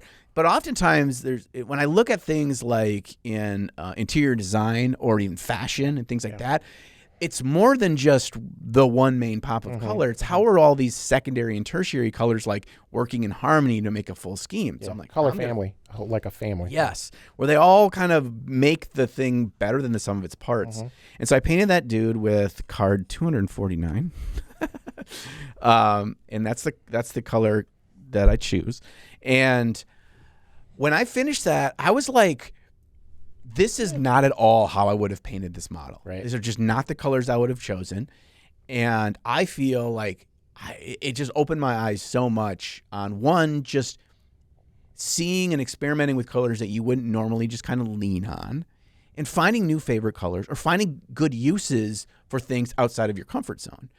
And I really enjoyed the process, and it took a lot of the minutia of sitting at your paint desk not painting out of the equation. Yep. There's a lot of dead time spent figuring out, okay, which color is going to work? Is this the right one? Yep. Yeah. Or you could just paint historicals, and then you don't have to worry about it. It tells you. They tell you It tells you what to do. Olive drab is olive drab. I mean, You just got to look for the one that says olive drab on the bottle. Exactly. Dude, shading the copper and that blue looks so good. I am 100% stealing that. Yeah. So this is so Brazen Copper Army Painter Speed Paint Metallic. Cool. Oh, the speed paint metallics are really good. It's really good. It is like really good. screaming copper. It was just tried so using vibrant. Yeah. And then I just did a null and oil wash, a black wash over the whole thing. And then I just took just straight up turquoise paint. Not a dark turquoise, a mid-tone, vibrant turquoise. Think Vinci V turquoise. And you just make it a heavy wash, and I just kind of washed around there. So enough of that shows when it dries. Did that after the black wash? Yep. And it looks like that? Yep. And so it's like 2 minutes of work to do all of that. Wow. Okay. Yeah. So the black wash just basically helps define the shapes. Because when you're working with such vibrant metallics, it kind of kills all dimension because everything's shining. Yeah. The black just kind of redefines that. And then the turquoise over the top, I wanted it over the top because I want it where it kind of collects in the crevices for oxidation for copper. It is oftentimes most vibrant in what should typically be the darkest spots because that's where it collects. Right. For sure. The moisture. The moisture collects. So that's just kind of The moisture. the moisture farm. And then this dude's got a shield towel. Did you notice his tactile yeah, I shield saw that, towel? Yeah. For wiping his hands. Keeps it clean, brother. Yeah. Yeah. I was like, what is the purpose? Like, I want to know the first sculptor at Games Workshop that was like, we're missing something on the shield towel. Yeah. Hand towel. Like, he's coming back from the bathroom, just wiping his hands off. I need to add something more to that shield. He's like, wait a second. He's prepared. Wait a second. Yeah. But yeah, you have a blue shaded warm metal and you have a warm shaded cold steel, and like the two just work really nicely together. The whole scheme's banging. I mean, everything works really well. Okay, so where can we get this? This is not okay. Targeted to you. And this is not. No affiliation. You can't even buy this shit on Amazon, so I can't get any dollar dues that way. It's just if you just Google search color cubes. It's like the lady's name. It's like Rachel McAdams Color Cubes, and you go to her website, and then she's got at least two of them. Cool. I actually reached out to her because I'm like, I have an idea, lady. Are you open? Like, I linked her the video. I'm like, I have an idea. You want to talk about some stuff? I got some ideas. That would be more. That'd be like more focused to nerdy hobbies. There you go. You know, I don't know. You've divulged literally nothing. So It's literally exactly what I want to do. But yes, this is, I just really enjoy this. And I'm just like, I totally see him. I'm going to sit down and paint a single model or just paint a small warband for something. I'm just going to go through. The other thing I did while I was looking through these, looking for things that just jumped out to me that might be good for something like the barbarian style dude is this. I grabbed a bunch of cards that I'm like, totally not using it for this, but I really dig this scheme.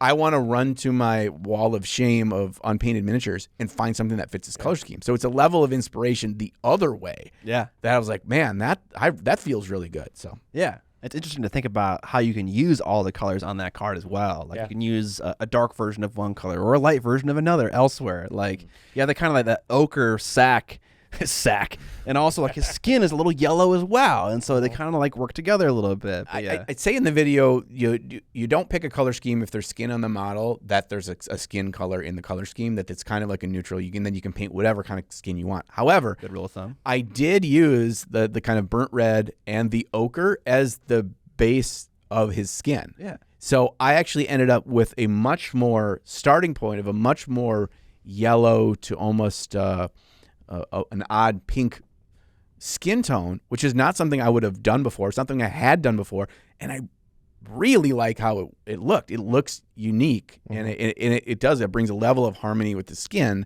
to the rest of the model. So it's like whether it's using something in that scheme as maybe the shadow color for the skin, or even if there's a color in the scheme, add a little white to it and use that as the highlight for the skin tone. It's like you're just building the harmony across the whole piece. But I had more fun painting this one-off quick dude than I have in a long, long time. Yeah, super cool. It's a great idea. It is. Yeah, get me some color keys. Thank you. One last thing for me. I'm on the final steps of painting a unit of 5 incubi for my Dark Eldar faction.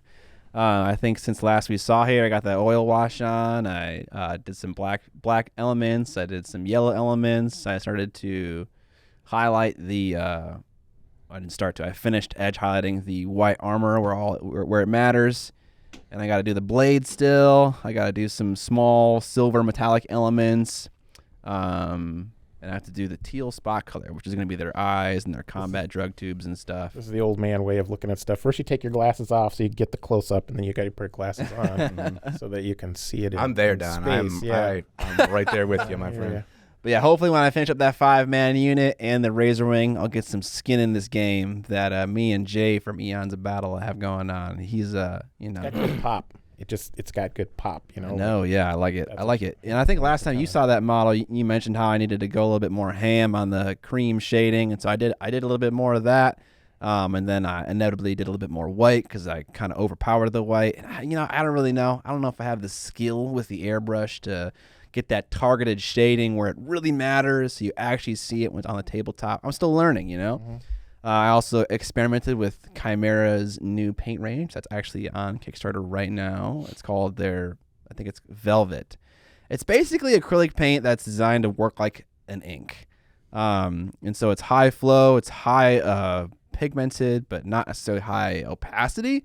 It's meant to be thinned out for glazing. I found that it works really great to thin for recessed shading and edge highlighting. Because it has such great opacity that you don't need to, like when I'm making a recessed shade, I'll mix an ink and a paint together. This is basically that, but kind of already done for you. And so, I mean, it was convenient. It worked for what it said it would do on the tin. But yeah, I'm enjoying that.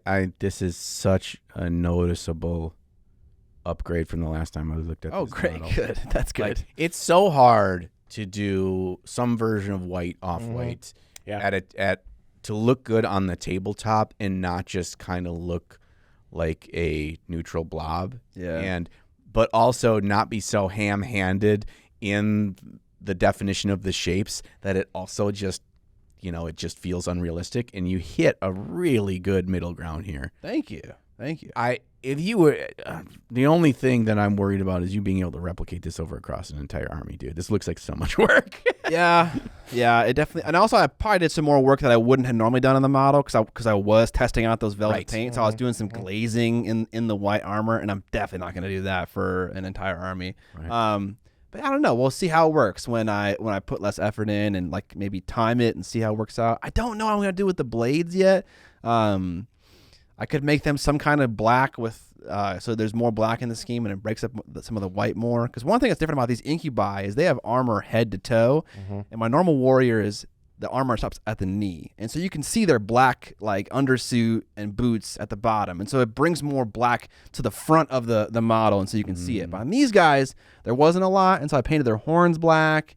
But I don't know if there needs to be more black to break it up more. The undersuit is black on the backside. On the backside, exactly, but you can't see it on the front side, really. That's where you're going to see them when you're playing. So. That's true. That's true. You're looking at their butts. You're going to the backside. Unless they die, and then you put them off to the side into the pile of shame. They may die. Yeah, well, they'll probably die. Yeah, I think those blades are a great, just whatever kind of accent color you want to. Sure. I think because you have a bit of this ochery, it's almost kind of like a gold color that's on there. Having that existing already, using that like just a TMM gold even that you then can pull back down so it's not too screaming with like a wash or something. Sure. It's replicatable and still kind of fits with the scheme. Or yeah. I wanted to fit yellow in there because the previous Dark Elder I painted had a lot of yellow in them, so I want to kind of marry these new models in with those old yellow ones. What if the blades were black ceramic? Yeah. Or black onyx. This is some kind of glossy. Some kind of black with a really sharp highlight on it. Yeah. So you get the depth of the black, but it looks like they're shiny and hard and I like that idea dangerous. A lot. The idea that I'm playing with right now is when you use this product called Molotov Chrome, and you paint it on something, and you paint a color over it. If you don't give the Molotov Chrome enough time to dry, what happens is that the paint on top of the chrome begins to splinter and shatter, and like a ton of tiny little cracks occur on the surface. And so I want to do that.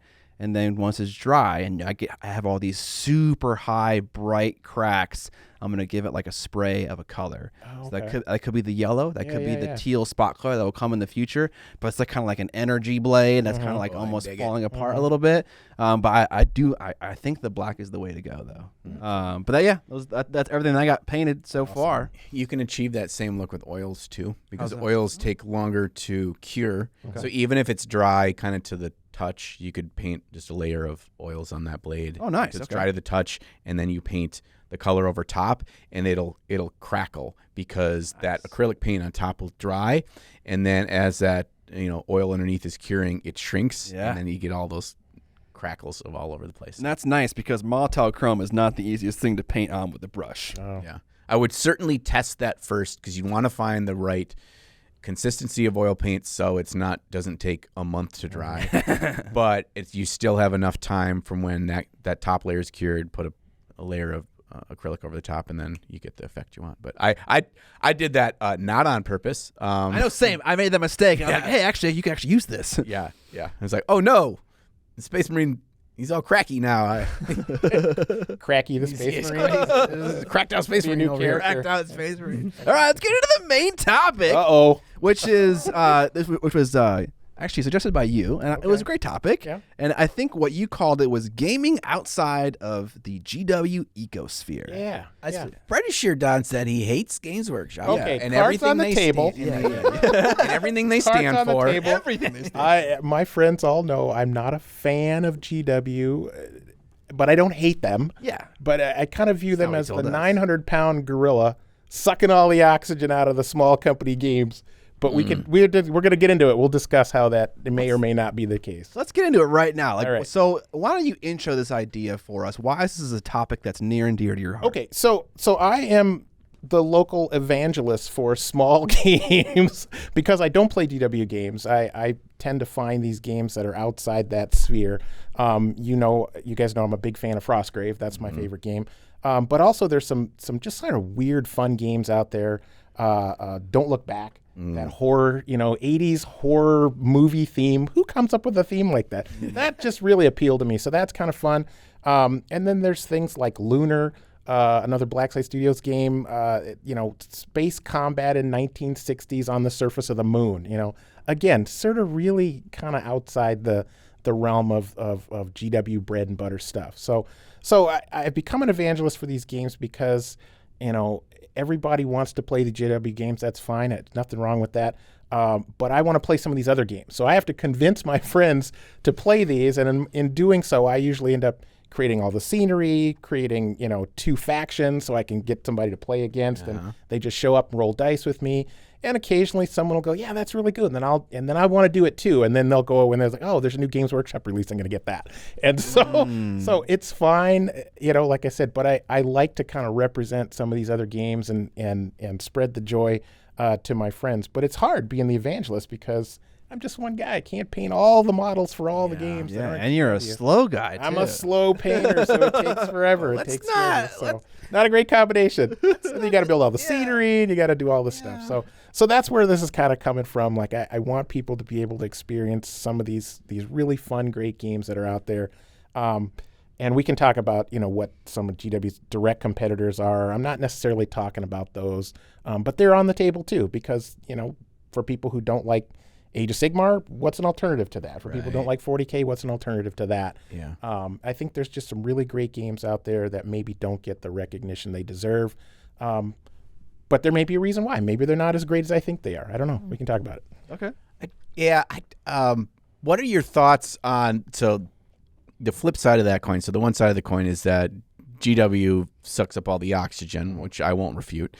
The flip side of that coin is the entry point to the more niche games are often through entering the hobby through the Games Workshop catalog. Exactly right. Yeah. And so do you agree with that? Yeah, they are, as I would term, a necessary evil. Yeah. Because, and I think this has been discussed on another podcast, I don't remember which one, but I did see this discussion about, could you have a game store that didn't stock Games Workshop products? How successful would it be? Would it be successful at all? Would you even venture to do that? Because Games Workshop sort of is the entry point for most players, I think. Yeah, and it doesn't need to be, right? Nothing about GW necessarily necessitates it as an entry point, but it's just because it is so the most prevalent, widespread, right? It's the most prevalent out there. Familiarity, it's got the most name recognition. I mean, Warhammer is kind of like Kleenex. It's a term that's entered the common lexicon, right? So when you say, do you play Warhammer, for some folks that could mean anything. Yeah. So it's kind of entered that point where the term is ubiquitous, but it encompasses a lot of other things. So credit where credit's due. Yeah. They've done this for 25, 30, 40 years. I don't know how old the company is, but without that long slog of making tabletop miniatures games, because I want to be specific. I don't want to talk about Magic and those other things that are sort of outside the realm of what I consider direct competitors. But could this hobby exist at the level it does without all of the hard graft that GW has done? The marketing, there's video games, there's all the things that they've done to kind of put this idea out there, and it all ties back to tabletop games. But I don't know if you could have a game store with that. I think that's an interesting. I don't know if it'd be an interesting experiment or not, because somebody's going to lose their business. But if you could have a game store that focused on games other than Games Workshop, I don't even know if that would be possible. Yeah, that might be a different question to explore. It's a different topic. Yeah. So it's so funny too that when you say that the ubiquitous Kleenex and Warhammer, I also think it's like Dungeons and Dragons the same way, right? Yeah. You say Dungeons and Dragons. I actually I haven't played Dungeons and Dragons in like 8 years, but I also play Dungeons and Dragons every other Sunday. Right. Like, yeah. Gotcha. It's the same kind of thing, and it's the same kind of evolution too. Is like you get entered into this world of the games to understand them. Once you get a grasp on them, then you feel more confident in seeing the other things that are different, that you like more, or that more speak to you. But they would be maybe from too small of a company or a little too niche that you would never have learned about without that. It's so funny too, as I think back to in the many conversations I've had over the last number of years about when people ask what I do, or they ask about like what's your YouTube channel about, or things about like my parents or my wife or whatever, that they say that you paint miniatures or whatever. And as the years have gone by, more and more normies, their response is like, oh, like Warhammer. So I don't use the term because I assume people don't know the term Warhammer. I try to just describe what it is that I'm doing. But people know that term Warhammer more and more. So as that's becoming more in the normal lexicon, I'm using one of Don's fancy words. I know, he's got the best vocabulary of any guest I've ever had. That then you're kind of then putting everything in this bubble. It's like, no, I'm not talking about Warhammer. I'm talking about this really weird horror game where you and your friends are trying to survive at a little summer camp and or whatever. It's like, and it's so weird too, is I actually think that from an outside perspective of like bringing in someone that has no experience with tabletop wargaming, if somebody like Don bring you into a more niche game like a Frostgrave or a Don't Look Back, for those people, it's actually probably a better experience than bringing them into a Warhammer game.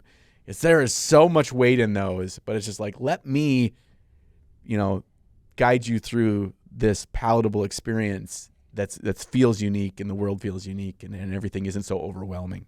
Yeah, so let's get into that. Let's start talking about maybe like what an indie game brings to the table that maybe a GW game doesn't. You kind of touched on one in your intro, and that's theme. GW has a limited theme. They've chosen it. It's loved. Everyone knows about it. But like, you're not going to get a 1960s moon fighting game in the GW world because this is not their world. Not in their IP. Yeah. So theme is a thing you can get if you're looking for a Harry Potter game or a Song of Ice and Fire game. You can get that from other smaller games. What else do you get? Well, and I would, before I get to that, let me just flip it. And I would say that one of the challenges of that theme too that I've noticed is, so a game like Frostgrave is miniatures agnostic. It has its own sort of background and lore, but it's more of a wide open world. From a gaming standpoint, that's a bit of a challenge, right? Because now you've got to figure out, okay, well, what does a necromancer look like? And what does this necromancer warband look like? And what does this necromancer warband look like in Felstad, right? So it takes a little bit more creativity, a little bit more mental gymnastics to sort of come up with a theme that fits in with this very sort of open world that they've created. And now you got to pick out your own miniatures, and you got to. So some people like that creativity. That might be really cool. For others, maybe that's a bridge too far. The one thing about GW is you want to play Space Marines, there's the Space Marines. You want to play Eldar, there's the Eldar, right? You don't have to think about, you just have to pick the one you like. Yeah. But you don't have to think about what's it going to look like, what color should I paint it, how does it fit into the storyline. So that's the flip side of that. But it also adds that creativity. So I think it kind of cuts both ways, but it can be a challenge for people who just want to play the game and they don't want to have to think about, I got to come up with all this stuff now. I think that's the fun part of it. I love that sort of open world creativity. I agree. There's no Dune war game that exists, but I would love to just make like a Sardaukar Emperor army and just play it in OPR, you know, and you have that ability to do that with an open rule set like Frostgrave. You just have to go to the local playground and play in the sandbox and just put your miniatures in the sandbox. Yeah, and they'll just start slaying the children and So they're like the toddlers are the sandworms. They're Fremen. They're like they squish your Sardaukar guy to see what it is, and they get their little goobery hands all over it, and you're just like, oh no! Out of the sandbox, kids. I'm playing a game. Yeah. This is my place. Take it over the sandbox. All right. Well, let's start. So theme's the thing, but it's a little bit difficult to get into it if you like just kind of being spoon fed that narrative. But you also mentioned, John, interestingly, that a good thing about an indie game might be that it's a little bit easier and less daunting to get into. Yeah. I know there's a YouTuber. His name is Magic Carp Used Fly. He made a really popular series about getting into Warhammer. Him and all his buds got into it. They had a huge channel called Dice Check where they live stream games, and a lot of them fell out of the hobby. And then Magic Carp, actually his channel kind of went off the deep end. He paused it for a while, and he came back and he spoke a little bit about Warhammer. And he's like, his frustrations with the company of Warhammer and trying to play their games and stay up to date on their games. And it's like really difficult to do that because they're changing it constantly. They're pulling the rug out from under you. And it's another advantage of a smaller game. Maybe that it's easier to get into. There's less of a tumultuous changing rule set. You don't have to buy so much stuff. Maybe the warbands are smaller. Maybe the figures are cheaper. But I think maybe one thing that GW does have is that maybe the models, maybe they're nicer to work with. People have a tendency to prefer plastics over pewter and stuff like that. Sure. Yeah. That's what's great about a lot of miniature agnostics games too, is like you get all the benefits of Warhammer without having to play Warhammer. For sure. Yeah. I can use, like, I'm just thinking, like, when I opened up that big box, the new Dark Oath box, which is the one I painted from, and there's some on horses, but there's just a wide variety of them on foot. I'm like, this would be an awesome Frostgrave warband. For sure. Like being able to utilize what Games Workshop does so well, but do it in a different way. Like there's just a lot of games, and I think of like the Snarling Badger Studios games that are miniature agnostic too. If you just find a thing that really speaks to you, you have one book, and you know that the company is there to support you because they want you to just enjoy the product they made. Their MO is not, how do I get you to keep buying more money? Because if your focus is just to keep getting you to buy more money, then your focus is not to make the experience you have at the tabletop as exciting, as valuable, as fulfilling as possible. And that's going back to the big marketing elephant in the room with Games Workshop is, and they've gone on record saying, I don't know whether they're public with it or not, but their executives saying, we're not a game company. We're a miniatures company. Yeah. We're there to get you to buy the stuff. Yeah. And, it goes back to things we've said in this podcast for years is like the average person that's a Warhammer player plays less than 3 games a year. Mm-hmm. Like, you're not actually a Warhammer player. You're just a Warhammer customer. And that's not to shit on people. I buy more Warhammer stuff than most. And I get it. It's just, it's not because the game is just fulfilling and smooth and an easy on-ramp and stuff. And that Magic Carp Use Fly example is such a great example of the frustration people get from playing the game, as opposed to when I sit down and we learned Relic Blade. And Malev walked us through Relic Blade. And then my friends are excited to come back and, just build a small thing because the game just felt bite-sized enough with enough depth in a unique world that it felt just fun to want to dig into. Mm-hmm. And there's a lot of that within the more, I guess, I don't even want to say indie, but I just say like the wide variety of stuff. That's everything other than GW. Yeah, they're not necessarily indie, but smaller companies for sure. Yep. I mean, they're all smaller than GW, I think. But I like the idea of just being able to pick something that going back to the theme idea, but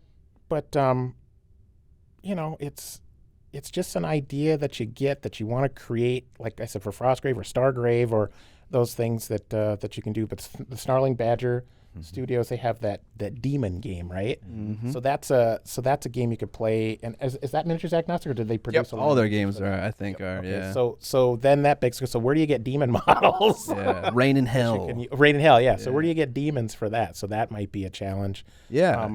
And how many games of that type do you want? How many games of Rain in Hell are you going to play before you maybe tire of that specific theme, right? Mm-hmm. So having a smaller theme maybe is a little bit limiting too, because same with Don't Look Back, right? How many games of the guy chasing you, the guy with the knife chasing you're going to play, right? Right. So replayability is a concern because the scope is limited. Yeah. One thing that I like about small games, I think a lot of gamers just take for granted, like GW's design language. Mm-hmm. I think it's actually shocking when you take a step back and you look at every GW game, how they all have a similar way of playing. Like they all have a to-hit roll, they all have a to-wound roll, they all have armor saves, they all have leadership checks, and they don't all have that, but they all have those kinds of dice rolls. Even do they all use D6s too? Yeah. Other than like their board games, when you get into like Blackstone Fortress, then things start to change significantly.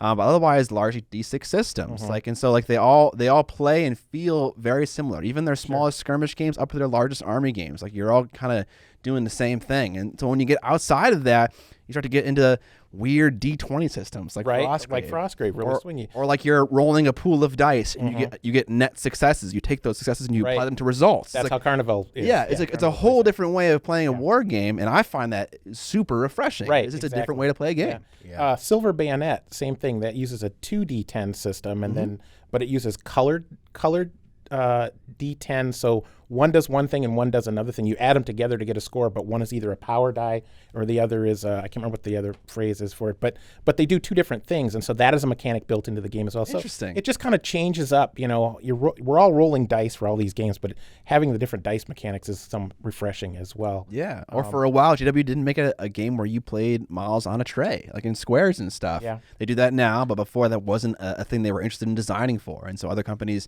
kind of provide that mechanic or that style of game if you're interested in rank and flank stuff. Yeah. I find a lot of interest in just other games mechanics because I kind of tire of the GW system for games. Sure. Going back to the miniatures, we talked about Games Workshop is a miniatures company. Mm-hmm. And I think they've always been pretty clear about that. Yeah. I think that's how they started, is mostly miniatures, and they create a rule set where you can throw the miniatures into the game, and the game might not have been that great.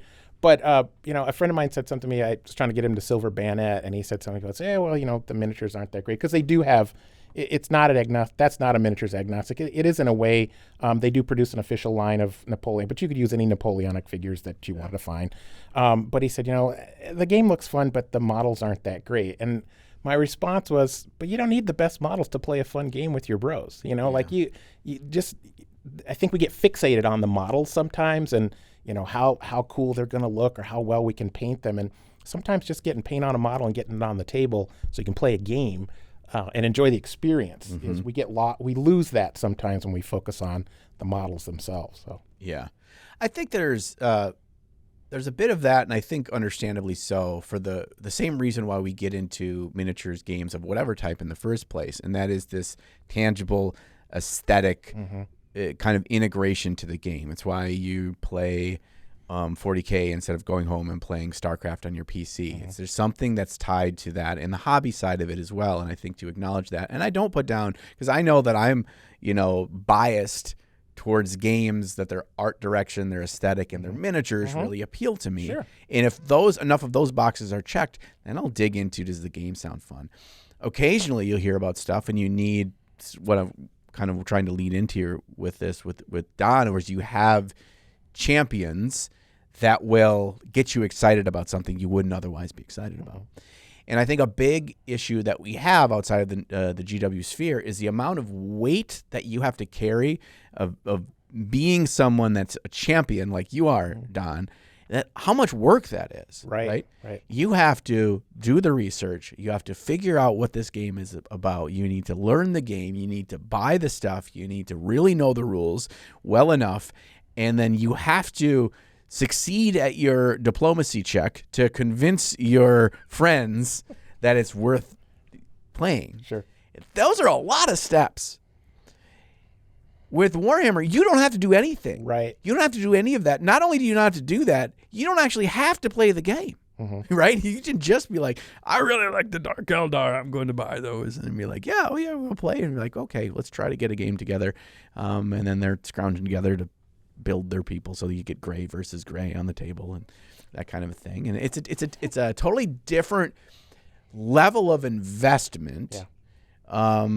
That you don't really have with Games Workshop. So if you don't have a Don in your community, you have two choices. You either are never playing those games, or you have to Mighty Morphin Power Rangers into Super Don.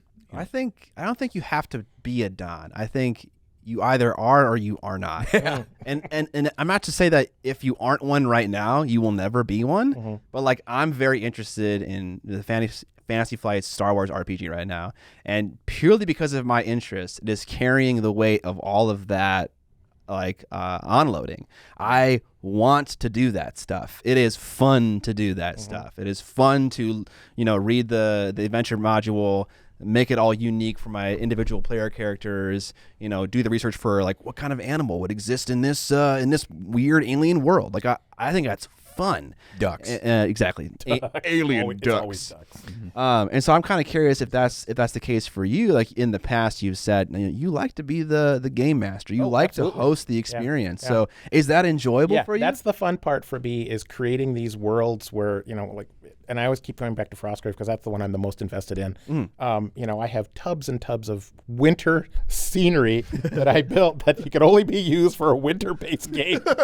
So I'm totally committed. Please, this game, please play Frostgrave. I have thousands of dollars of scenery. But creating this world, so when you put it on the table, it's very unique looking, right? And it doesn't look like people come by, like when I play Game Center, people come by and go, what is this game? Because they haven't seen anything like that before. Cool. Yep.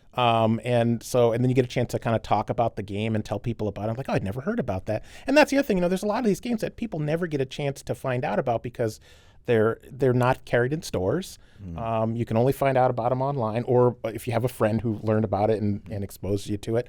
And that's not a knock against the stores.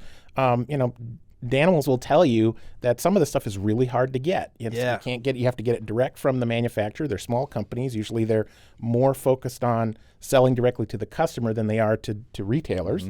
And so they can't get orders in a timely fashion. They can't get enough of the product. So there are real challenges with some of the stores carrying that stuff. But the flip side of that, it doesn't help when 35% of your wall space is GW. Right. So you don't even, if you wanted to carry stuff and you could get it, you're sometimes challenged with the space of, where would you even put it? How much would you carry? If you want to carry something from Blacksite Studios, do you carry just the one game? Do you carry all their games? Do you carry the scenery that goes with it? Carnivale is another example. It's from TT Combat. They have a whole bunch of MDF scenery that goes with the games. Would a store stock MDF scenery kits along with the game? How much are they going to sell if the game isn't that popular? Like I said, that game's been out 10 years. I just found out about it at Adepticon. It's a really cool theme and a really neat idea, but I never heard of it before. Yeah. And you're the kind of person that should and would have heard of it, right? Exactly. That's right up your wheelhouse. Never heard of it before. And so now I'm all in. It looks really cool. And so, but again, I tend to fall for that kind of stuff. It's like, hey, this is a unique game that's not Games Workshop. I'm going to play that one. Mm-hmm. And so not everybody has that same level of enthusiasm for those things. But because I'm not, and again, it doesn't come from a place of dislike or hate. It's just, it's not my bag. I just don't like GW stuff. And so, when I see that other stuff, it's like, yeah, this is right in my wheelhouse. I want to experience something that's not in that world, whether it's Age of Sigmar or 40K. I want to experience something that's not in that IP. That IP has been out there forever. Everybody knows it. The lore is fixed, or the factions are fixed. I want to do something that's not related to any of that. And so that's kind of how I hope that enthusiasm can transfer to my friends, and it does for a while, it seems like, and then they go back to the other stuff. And again, it's fine that they want to play that, but I feel like I'm always competing against that to get people to find time to play these other games that I want to play too. So it sounds to me, if I'm going to put on my therapist hat for a second, Don. Oh God, get the couch. That your hatred. It's a strong term. It's a strong term. 10 out of 10 therapy. It's not so much tied to your actual dislike of the games, but the roadblocks that company puts in front of you to do the thing you want to do. That's actually a pretty good hot take. It's an impediment. Games Workshop is an impediment to my fun. Yeah, if you know, put that on the title card. GW won't let me have fun. Right. Wow. Oh man. Because it sounds like it is that if they weren't there, you would be able to do more of the things to play the games you want to play more because they wouldn't be drawn away. Yeah, but then we're back to that. Would these other games exist? Yes, exactly. If it weren't probably not. GW, right? This is why we need the multiverse, right? So they still exist, but in your universe, they only exist to bring these people in, and then they're not actually there to exist. I would play the game. I would watch that movie. I'm so sick of multiverse bullshit. Please no. I just rewatched Into the Spider-Verse, the very first one with my daughter. She hadn't seen any of those, and she wanted to watch that. And when I rewatched that, I'm like, oh man, I forgot this is another multiverse bullshit movie. Well, the first one doesn't get into it, does it? Yes, all the Spider-Men are in there, and they come through. It's like the whole premise of the whole first movie. Oh, wait, that's not the first movie. That's the third one. No, the first one. Yeah, with Miles Morales, where he finds out where. Oh, the animated. Okay, animated one. Yeah. Okay. Yeah. Yes. But it holds true, right? That one's crazy though, isn't that one? That one's visually insane. It is so good. It's so good. Yeah, it's so good. So now we're gonna watch the other ones. I'd never seen the other ones. Anyway, sorry to derail this multiverse in which I assume in this version of the universe that Don is like Doc Ock, and his little tentacles just like every time somebody says the term Games Workshop, he just like subconsciously they go out and they strangle the person. And then it's like, no, only my games.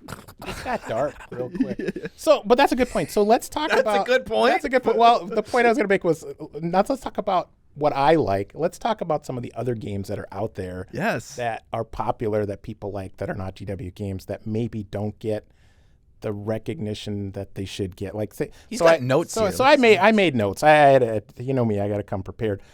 So I'm thinking of games like Bolt Action. We talked about that earlier. So it's World War II, but it's like historical adjacent. It's not really a World War II historical simulation game. It's a beer and pretzels game. So that's very popular. That's a different, that's sort of a different genre of game, right? Mm-hmm. It's a different theme. Then you've got a game like Infinity, right? That's kind of has a subculture of its own. That's like, special ops, secret mission, sci-fi, anime kind of thing. It's like sci-fi cyberpunk. Yeah. That's kind of a cool thing that looks great on the table. That's fun, but you don't see a lot of people playing that. Yep. Any of the Marvel games, those are getting really popular now. There's a couple of different of those. Star Wars, anything in the Star Wars IP. There's lots of good Star Wars. Looking at me about that for some I'm looking reason? at you, bro. No, I feel it. Star Wars game. I'm playing in a Shatterpoint tournament on May 18th. I'm still got the hots for that game. Red Vader. Yep. Red Vader, dude. He's coming for y'all. BattleTech is making a big comeback in the last couple of years, right? BattleTech. I don't know about that game. Well, I'm not vouching for the game. I'm just saying what's out there. The game's legit. The models suck. Right. Malifaux's out there, right? That's another alternative that people like. You mentioned Relic Blade. These are some of the smaller companies. Relic Blade, Himetsu is that Japanese monster fighting game. Yeah, monster. That looks cool. Bushido. I heard you mention Bushido before. That's kind of fun. So there's a lot of really good stuff out there that people know about. If you're in a community, we're lucky. We have like a really big game store, right? The Source is a huge game store. Carry a lot of stuff, and even a store of that size can't carry everything. Right? It's true. Not everything is represented there. But imagine if you live in a community with a really small game store, and mostly what they carry is Magic and Games Workshop. Yep. They might have a smattering of a couple of other role-playing games or something. I've been in some of these shops, and you go to these communities. Whenever I go someplace, I always try to find a local game store and see what they have, because you might find something, something interesting or some gem that they haven't managed to sell in 10 years. Yeah, there's dust on it. Right. I love that. It's like, I'll take that. But you go to these. So again, how do people get exposed to some of these smaller company games that are not in the GW IP or ecosphere that also have, a good game experience? Yeah. So let's change the perspective a little bit. Maybe we said we weren't going to dwell on this a little bit too much, but you've said it so many times. I'm kind of just curious. Do you know what is it about the GW ecosphere that you don't enjoy? And I don't even know if I want to say I don't enjoy it. I did it, right? So I'm an old school gamer. I started with Warhammer, when it was like right before the first box edition. It was a book, right? Warhammer Fantasy Battles, the big orange book. Yep. And, Orange book. The big orange hardcover book. Okay. Have you not seen that? I'll have to bring that over sometime and show it to you. The one I have is red, but yeah. I thought it was red or orange. Okay, anyway, okay. It's so I started with that, and that was early, mid 80s, late 80s, somewhere in that area. And so I did that. I built the armies, and then they changed. Then the box set came out to change the rules, and you got to build another army.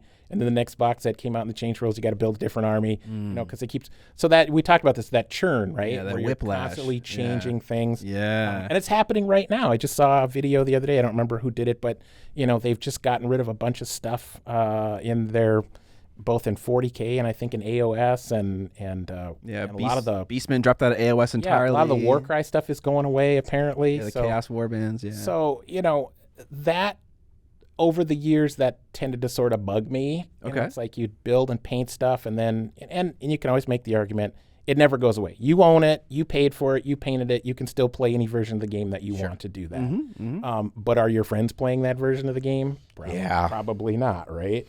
So you have a couple of paths you can follow. You can either stick with the old stuff and be happy with that, or move on to the new stuff. When they killed the old world and brought out Age of Sigmar, a lot of people were really angry, right? Because they had a lot of time invested in that, and now there's a whole new thing, and now AOS is doing great. So from a business decision, that was the right one, right? For Games Workshop.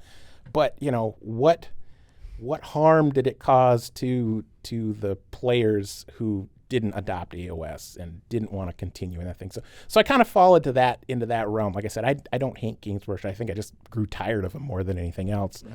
And at a stage in my life where, I kind of like skirmish games because I don't have to invest a lot. Well, I just told you I spent thousands of dollars on scenery. But you don't have to invest as much time in building one big army. I have a lot of little armies now, a lot of little armies. You have a lot of options. A lot of options. I got a lot of options. So still spent a ton of money. So it's not the money issue. Or the time issue, because I'd spend the time doing that either way. But that's so again, I don't think I hate Games Workshop as much as I just kind of grew tired of it, and I'm always on the lookout for what else is out there. Right. And I think my take on it is other people should experience this as well. Yeah. There's lots of other things out there. Don't just get focused on the one thing. I'm curious, do you ever like work with game stores to like start up a Frostgrave night or something like that at a game store where you're sitting there with your painted stuff and like, I will do demos on the third Wednesday of the month? Yeah, I've talked about that a couple of times with Dan. That takes a lot more effort. I mean, it really does, because it's not just the teaching of players, teaching of new people the game, or getting those people interested. I mean, it's hard enough just to get my friends interested in some of this stuff. So trying to expand the greater community is a different challenge, I think. I have done that, where I've done both Frostgrave and Don't Look Back demos at the source. In fact, Danimals and I were just talking about doing something, because it's like halfway between Halloween and doing a horror themed game to kind of, then they could, but then I was told that they're having difficulty getting some of the product. So they're back to the challenges of, working with a smaller company. Yeah. How do I so if you're going to do the demo, you want to have the product on hand, Of course. so you can promote it and sell it. And if you can't get it, or it's not on your shelves, then what's the point of doing the demo, right? So there are challenges to doing that. But yeah, I have done those. I tend not to do this because I think that is a little different challenge. Okay. But like, say if I were to go to Adepticon next year, and we saw lots of open tables at Adepticon this year, right? Like people are playing Mordheim, people playing all kinds of games that aren't even produced anymore. And you can certainly do that, have that. And that's kind of where I would want to do that, rather than wanting demos in a store. It's just having that on display at a con. So people see it that way. And I think there's maybe almost a different level of appreciation. When you're doing it in a store, you don't know if people are just doing it because they're bored, or if they're, are they actually going to buy the product? Are they really interested in it? Whereas if you were doing it at a con, then everybody there is there to play games, right? Yeah, there's level of investment and passion is already they've already checked that box. Yeah, exactly. So I think that's maybe a little easier, not to say sell, but a little easier way to persuade people of something that's out there. Because I saw that Mordheim stuff because I played Mordheim when it first came out, and I was like, oh, that game was awesome. I kind of see Frostgrave as sort of the new Mordheim. Oh, cool. A little bit different, because it still has that campaign element to it, where you level up your guys. Totally is, yeah. And, that totally flies. But it's in Frozen Wasteland, so that's that part. So okay, and they also have Stargrave, right? The Stargrave, yeah. I haven't played that one because I'm not much of a sci-fi guy, but that's very similar. Okay. Same thing. For sure. So. And I hate to keep bringing up those two. Frostgrave's the one I know the best. That makes sense. But like I said, there's lots of other games. I'm just getting started in Carnivale, and there's half a dozen others that I'm looking at that I want to do. But time's limited, right? Yeah. Right. Yeah. Hard work being an evangelist. Yeah. It is. Right. So indie games bring to the table a little bit less whiplash with the rule sets, different themes and settings we get to explore, a little bit different design language on the rules. They get to experience new and interesting mechanics. Yeah. What are some other things that indie games kind of bring to the tables that GW is kind of lacking on or hasn't given any time to? Maybe different scales of models. Different models, yeah. What is that game that's what is it? I saw it at Adepticon. The models are really big. It's Judgment? No, it's a fantasy game. Is it like the Argument of Kings? What is that? Oh, Parabellum's Last Argument of Kings. Yeah, is it that one? They're like 42 millimeter. They're a very large scale model. Well, Shatterpoint is 42 mil. Yeah, on the nose. But that game, the models do look bigger and chunkier. Actually, I don't know if they actually have come out ever said any official capacity. I may have the wrong game is, but I remember seeing it. It's a Conquest. It's Conquest. Conquest. Yeah. Everything just looks much bigger, so it's like a different scale to paint. Go. Yeah. Maybe instead of doing true 28 or 32 or whatever whatever the company decides is the scale they're doing it in. But seeing some of that bigger stuff is kind of fun. Maybe painting larger models. Yeah, that's a good point. Judgment also does 54 mil models for their game as well, kind of more of like a MOBA style arena brawler. Yep. Yeah. What's the Roman gladiatorial game? What's the Arena Rex, right? Those are larger scale models. That might be a different experience to paint. So if you're looking for something different to paint that's outside the Age of Sigmar or the 40K universe, maybe playing an indie game or a smaller game is the way to go, because you get a different experience of painting something. Yeah. I think the idea of self-expression, I think, is a pretty big part of games outside of Games Workshop. When you're talking about the being on rails, right? Like if you're playing a Games Workshop game, you're kind of bumper bowling, in that you can do whatever you want in the world of 40K because the lore is this giant self-sucking dick machine. But Jesus He Christ. hates lore so bad. but no, I mean that it's like the snake eating its own tail. It's like you can do whatever you want as long as it's well within all of these well-defined inside things. this box, you can do whatever you want. Yeah, inside here. if you don't go out there. No, we'll have plenty of people that aren't employees that will tell you how wrong it is. Our rabid fan base. Yeah, that will just say you have to listen, female custodians, we don't ship that, you know? Right, that's not something that we approve of whatsoever. But if you have these games that appeal to you because of the uniqueness, and Arena Rec's such a great example of it's a very specific, unique thing. Very specific. It does one thing. Yes, and but if that appeals to you, if that really drives you, you can experience your version of it and have this level of individuality in how you approach this game that you can't have when there are very specific rules put in place on what's air quotes acceptable or not acceptable. That this level of freedom in these smaller games, these more unique games, these more indie games.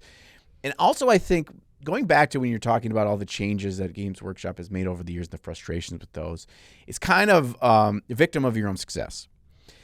Those don't happen if your game isn't successful financially. Correct. And it's not successful within a distribution throughout the market.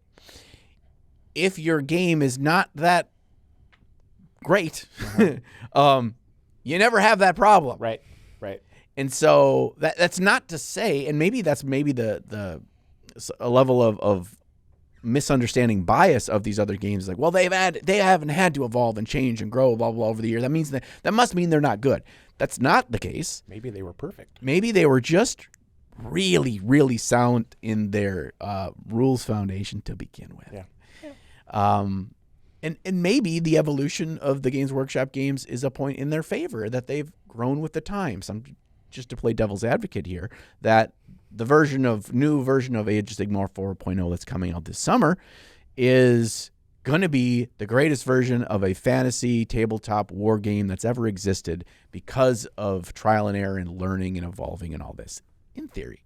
Yeah. Or you could say that because they're a publicly traded company, they care more about how much money they're earning than making an actual good product. They have to keep reinventing. They have to keep you to keep buying. Which actually, that is an amazing point that I think Vince brought up at the show. And it was like, why is there a new version of AOS every 3 years? It's like there should be a new version of the game when you have something new to say. Yes. Like you don't, there's not a new version of GTA on a timer, right? They make a game when they have the content and the games fucking rule. They sell like hotcakes and everyone loves them. But for GW, it's like a timed thing. And that should immediately be a signal to you that they're not necessarily releasing it when it's a new version of AOS. They have they're hitting a timer every year. Which is that's a thing too.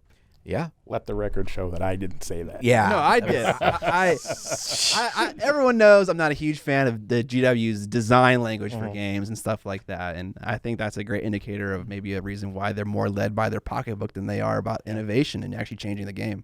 Yeah. When you look at it outside of the nerd sphere that we live into, other aspects of life, you can draw some parallels that should kind of get your radar put on alert. A good example, I think, is looking at the automobile industry. So do they need to bring out a brand new Honda CR-V SUV every year? Mm-hmm. It's basically the same thing, but they just slightly tweak the look of it. Yep. No, they don't have to do that, but they want to keep putting a new thing to get you to say it's better because it's newer. Yeah. When in reality, there are other automobile companies that they basically this is the vehicle that we make, and we stand behind the engineering, and we stand behind the aesthetics, and we stand behind what it does. That it's we're not going to change it, and it's going to be the same thing. And you can get the XYZ version of this. I know Porsche is a great example of that. There are certain models in the Porsche range that they don't switch every year like a new Mustang, because this is what it is. And this 911 changes like every 7 years, weird number or whatever it is. And maybe when it changed again, this time it was 4 years, and the next time it was 9 years. We change when there's a reason to change, instead of just keep pumping out a thing every year. Cell phones is another great example. Cell phones is great, yeah. Every year they come out with a new thing, that's the new iPhone, and it's like, what has actually changed? Right. And the thing that they're telling you that better, the camera is better, but is it better? And that's why you need to get a new one, because it's the next year model. And there's a bunch of sciencey terms like, Yes. oh, the resolution increased. You can't really tell anything has changed. Yeah, it's the same thing with computer parts too. It's like, well, we increased all the bits, and it's like, well, I can still play the same video games. It's more bits, more better. So I think an interesting thing to look at actually in those industries, which would apply to our industry, is like, how do you get the 900-pound gorilla to actually change and do something different? And that's when you have a competitor who does something new and different, and then suddenly there's a metric shift in how they do business. So AMD, for instance, did a huge innovation in the world of processing, and now suddenly Intel's whole supply is disrupted because now they have to compete with this new idea. And instead of just increasing the core count and like all these generic things that don't really increase the user experience, now I have to tackle a new technology to kind of keep up with this competitor. And so I feel like it's difficult for an indie game to really compete with GW, but if they could make a splash in the world that would make GW reconsider the way they do business, then they might change. But for now, their business depends on a steady stream of new releases to afford them the expansion they're doing, the employees they currently hire, and all the ideas that cost them money. And so they need to New factories they got to build. Yeah, all them factories. Yeah. Gotta build them factories. But because of that, because that's like part of their revenue stream, they have to continue to make new stuff and sell new stuff. They can't just rest on their laurels in that way. Keep feeding the beast. Yeah, and that's why I really think the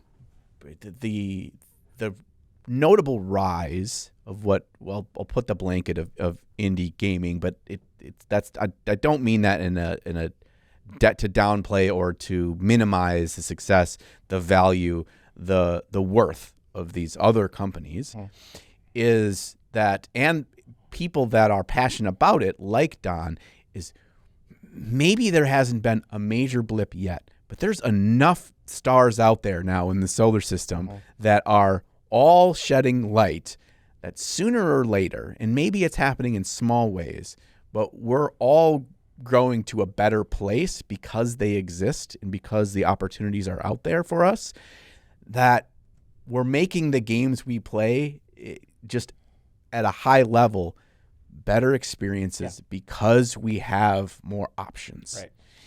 And you don't have to just only do what the big company tells you that you're allowed to do. And I think that that's such a good thing, and it's for the health of all of us as gamers, and bringing out new gamers, is variety. And that we're, sooner or later, I think given the time frame, that there's going to be a shift in the matrix that is going to rumble the Games Workshop ship, and things are not going to be status quo anymore because of all the pillars that are built off of each other with these smaller games that are revolutionary, that are in a lot of ways better games to play. I look at this this has happened in the RPG realm, and I think that it'll happen. It's happened in the tabletop card games world, where it's like Magic couldn't just rest on its laurels anymore, and continuing to have to do that to innovate. Dungeons and Dragons the same way. You've got games that have done, like, they took the ball and ran with it, and the origin point needs to evolve too. You can't ignore them anymore. I think Games Workshop is still operating that they can ignore them. Sooner or later, they will not be able to. And I think the Games Workshop games and the experience for players will be better because of it. And I think whether or not you're playing those games or not, as a consumer, as a player, will be better because of it. I don't think Games Workshop ignores the competition. I think they create a game in the same space to grab some of that market. So I had an example of, we're trying to say, like, what were the direct competitors to GW games, right? So if you play Age of Sigmar, Kings of War is the direct competitor, right? If you play 40K, what's it, maybe Dead Zone? I don't know. Is that what's the direct competitor? I think Infinity is one at the more kill kill team level. At the kill team level, okay. Yep. But you have like one-page rule sets that are direct comparisons of both AOS and 40K. I think it's not called Firefight, but it's something like that. But they're not. Are you referring to games with model ranges? Yeah. Specifically games with model ranges. So I guess the point I'm trying to make is, if a game comes out that's in a space that GW doesn't currently occupy, do they then create a game that occupies that space so they can get some of that pie? Because, so for instance, and I don't know which one came first. So I had Frostgrave and Warcry as competitors, kind of, right? Yep. So I think Frostgrave maybe came first. I may be wrong on that because it's 10 years old. Frostgrave was definitely before Warcry. I remember Path to Glory was the Age of Sigmar kind of their kind of repose to when Frostgrave kind of started to get some traction. And it's funny because I learned both of those systems at around the same time, and it was like, oh, Frostgrave's kind of the same thing, but just better in every way. And then what about like Blood Bowl, Guild Ball? Right, those compete. Blood Bowl's been around for a very long time. Yep, but definitely longer than Guild Ball. But they definitely compete. What's in that space? Yep. Legions Imperialis versus Drop Zone or Drop Fleet. The Legions Imperial stuff. Yeah, the small scale stuff. Okay, like 6mm stuff. So the Games Workshop has something in pretty much every one of those. They got board gamey stuff. Right, board gamey stuff. So and that's great. You know, they've got the size and the capability to do that. So I think that they're being challenged, and like you said, they're sort of being challenged. Maybe those things don't rise to the level of challenging them enough. But yeah, you're right. I think it's what it's doing for us is it provides lots of opportunity, right? Yes. So lots of choices, and that's really what I'm about, is just letting people know that there are other choices out there. And like you said, maybe Frostgrim's a better game than Warcry. I don't know. I'm biased. I think it is. Yeah. But it takes a lot more investment to put it on the table, than it does with Warcry. Let's talk about that a little bit more. Yeah. So the number one comment we're going to get on this episode, I know it, I can see into the future, is I love all these games, but I can't play them because no one plays them with me locally. And obviously we've discussed about the idea of you being like the prophet for that game, bringing it to the people. Sure. But like not everyone's capable of doing that, as maybe you alluded to earlier. Not everyone wants to buy all the terrain, pay 2 factions for the game, learn all the rules. And so is there a different option here? And like I'm brainstorming here, and like maybe you can appeal to the reason of your friends, if they have a monthly budget and they're spending it on what GW products every single month, maybe for a certain month or a certain 2 months, they can just like treat one of these other games as like a new GW expansion to a thing. So you're gonna put $200 into this game, and that's it. And then you and I can play this game whenever we want to play it. That could be just kind of shifting that. That's a perfect example. And I think you get one friend, right? And you agree that you're going to split the cost on something, and you're going to try this new thing, right? So we're going to split the cost on this starter set, and let's try this new game and see if we like it. If it doesn't work out, only you and I have been affected. We haven't infected our entire circle of friends with this this bogus game, right? And unlike GW, when you buy a starter set from a different game, it comes with 2 usable factions. Pretty much. Usually it does. So that's a good way to do it. You convince one other friend to try it out, and then you two get the experience. If it's a great experience, then you can bring more people in. And everybody can buy in. Yeah. That's infectious. Or find someone who doesn't play GW games, but is kind of more geekier and nerdier. Maybe he's into board games and stuff like that. Or card games, right? Card games. They don't have the preconceived notion where they have to always reinvest into this giant machine they're currently investing into. Someone outside of that world be a lot easier to maybe convince to play one of these small games with. Yeah. And we're saying convince like you're trying to like harangue them. Yeah, no. It's not a trick. These are legit great games. Nice models. Like it's not a trick, Hey, come here, buddy. I got something I want to show you. Yeah, right. What are you buying? Well, your buddy Drew is a good example. A great guy, by the way. I had fun with him at Adept. Your buddy Drew is a perfect example, right? Like you said he played D&D, but he hadn't really done anything with miniatures games or didn't really know anything about that. And I walked around with him at Adepticon. He was wide-eyed and excited, like, this is so cool. Like, just exposing somebody to something outside what they're used to playing or what they're used to seeing is a great opportunity to say, well, let's try this. Let's roll some dice on this game, see if we like it. Yeah. So it doesn't have to be, you don't got to strong arm anybody in or get them to commit to spending hundreds of dollars. If you got gamer friends, you could send them a battle report that's maybe short and condensed. It's like, here, check out the mechanics of the game. If they appeal to you, then I'd love to play with you. You know, I can bring an army and I can show you how to make a list for the game, and then we can play together. That's an interesting point too, because it reminds me that a lot of these other games, the rules are actually free online. Oh my God, that's a huge thing, right? Yeah. So free rules for a game, yeah, and all you have to invest in is the miniatures and the scenery. That's the other thing people don't understand about these games is that there aren't so many areas you have to invest into and to get into them. Yeah, Carnivale is free rules. So you can download the rules off of their website, read through it, see if it sounds like something you're interested in. Yeah. Tells you what the factions are, tells you a little of the background of the lore, what have you, and then you can go and pick out the games. And that's one that you can order online, right? Yeah. I know that Steamforged Games went to the point of creating paper dolls for their miniatures. Oh, yeah. So if you want, and they're free as well. So if you wanted to play Guild Ball, but not actually literally buy anything, you would just print out the paper dolls, glue them to their little template size circle bases, and then play the game and see if you like it. So they're a lot more accessible in that way. Relic Blade has that too. Nice. Okay. I didn't know if anyone else did that. Yeah, I mean, I think it's like what they really want to do is like, we just want to make it as easy as possible because we stand behind the thing that we do. Mm-hmm. Yeah. And we want to take away all of those hurdles that will get you to just sit down and have a fun time. Right. And if we can take away as much of that, then we stand behind the product that we've made to do that. I think that there's this weird thing that it kind of is, it goes into a lot of other areas, but I think it's crept into the miniature gaming sphere as well. And that's like this perception of value, that if I buy this thing, it needs to return to me X number of ridiculous amount of hours of use. And this is all theoretical hours that in order for me to be willing to take out my wallet and to buy it. And we see that a lot in board games as well. You see that in the Kickstarter sphere of games where it's just like, it's got a campaign system that's got 742,000 potential missions that you can play. Or it's co-op and versus, and it has a campaign. And solo. Don't have friends, don't play matter. By yourself. You can play with yourself for 72 lifetimes with our game. And we think like it's got to be able to have that. Otherwise, it's not worth my money. I mean, some of the most worthwhile experiences I've had in video games, in board games, in miniatures games are not about how much playtime I get. What is the value of the playtime? Because I am more willing to spend $50, $100, $250 on something that I just have really enjoyed these 8 sessions we played.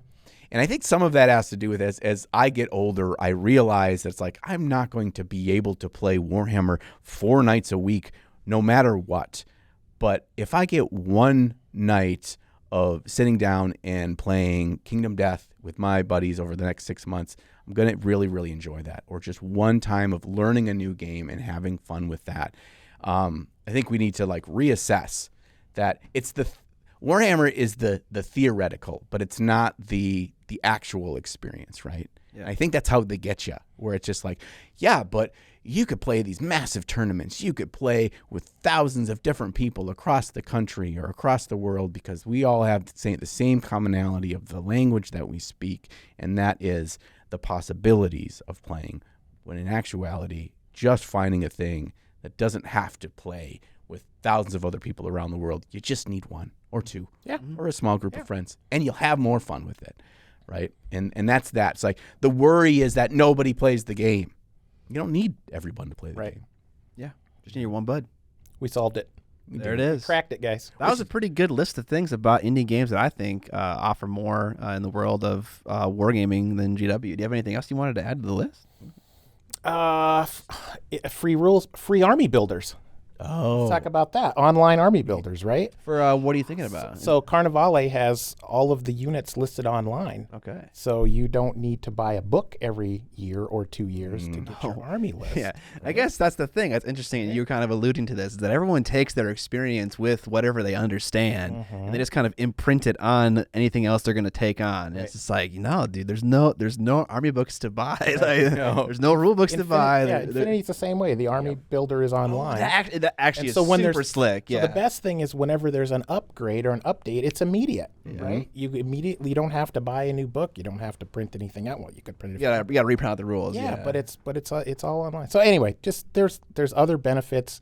People should look into them when they're looking at smaller games or different games, just for a different experience, different value. Yep. And so we're all on the same level of understanding of walking into a game, whether it could be a total stranger or a good longtime friend, of like, we all are walking in with the same understanding because it's all in the same place and updated universally there. Like, I don't know how many more frustrating experiences I need to have with a game of Warhammer where we have to have a 30-minute conversation before we ever play the game so that we're all on the same level. It's like, wouldn't it be great if we just had a game?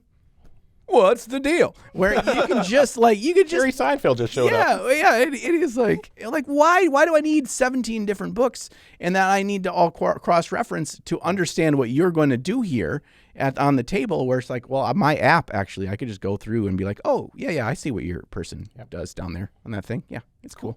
Instead of having to I've got to explain it to you because the understanding is that you are not going to know, because the rules are in these obscure locations and places behind paywalls. Oftentimes. Yucky. It's so icky. Yeah. All right. Now we've cracked it. We did it. There we did. We did it. All right. Well, Don, if anyone wants to find you on the internet to see your awesome stuff, where are they going to find you? Oh, yeah. This goes back to my horribly maintained Instagram pages. Is that right? Yeah. So at Colorful Soldiers, it's colorful with an OU, the British spelling, of course, because that's more sophisticated. So yeah, you can just find me there. That's the only place. It's okay. We'll have a link down below. Yeah, we'll put it in the link. So okay. Very cool. Very cool. And then I think we're going to get into the after party, right? Because there's no news, right? Yeah, it's fuck news. No news. All right, we're diving in. Welcome to the end of the podcast, y'all. Don, thank you for coming on and sharing some of your wisdom about smaller games and what gaming outside of the GW ecosphere can look like. If you want to check out Don, as you said, his stuff is linked down in the description and show notes below. Also, if you go outside your front door and you yell Frostgrave 3 times, Don will appear. I might show up, and I'll be bringing big tubs. Yeah, you see a man walking down the street with tubs full of winter scenes. He's got ruby high heels on for some reason. I don't know why. Hang on a second. Took a turn. If you guys like the podcast and you want to support it, you want more Don goodness, a great way to do that is to check out our Patreon. We do an extended episode for every single episode we record. It's about 20 to 30 minutes longer, and so we talk about fun things, like we talk about new stuff we tried out in the hobby and succeeded and failed at. We share models from other painters that we love, and we also talk about we don't talk about it, we do. We give feedback to one of our patrons in that segment. So if you want to hear us chat for even longer, check out that stuff, also linked down in the show notes below. If you don't got cash to spend and you still want to support the podcast, tell your nerd friends about our podcast. Share the good word, get out there. What's that word? Proselytizing? Proselytizing. I can't say that word. I can't say it either. Yeah, do that thing, that thing. Give us a review on Apple Podcasts. Telling people to prostitute themselves? Is that what you two are trying to Yes, prostrate yourself. No, I don't know what that means either. You can share our stuff. You can watch our podcast on YouTube with ads enabled. We play an ad every 30 minutes. All those things are free options that you can do to support the podcast. Great. All right, now that everyone's prostating themselves, yes, let's we're gonna. I mean, it's gonna take roughly a fortnight for you to complete the prostating process. Yeah. And at that point, we'll be back with another episode of the podcast. And until then, we'll catch you on the Flippity Flop.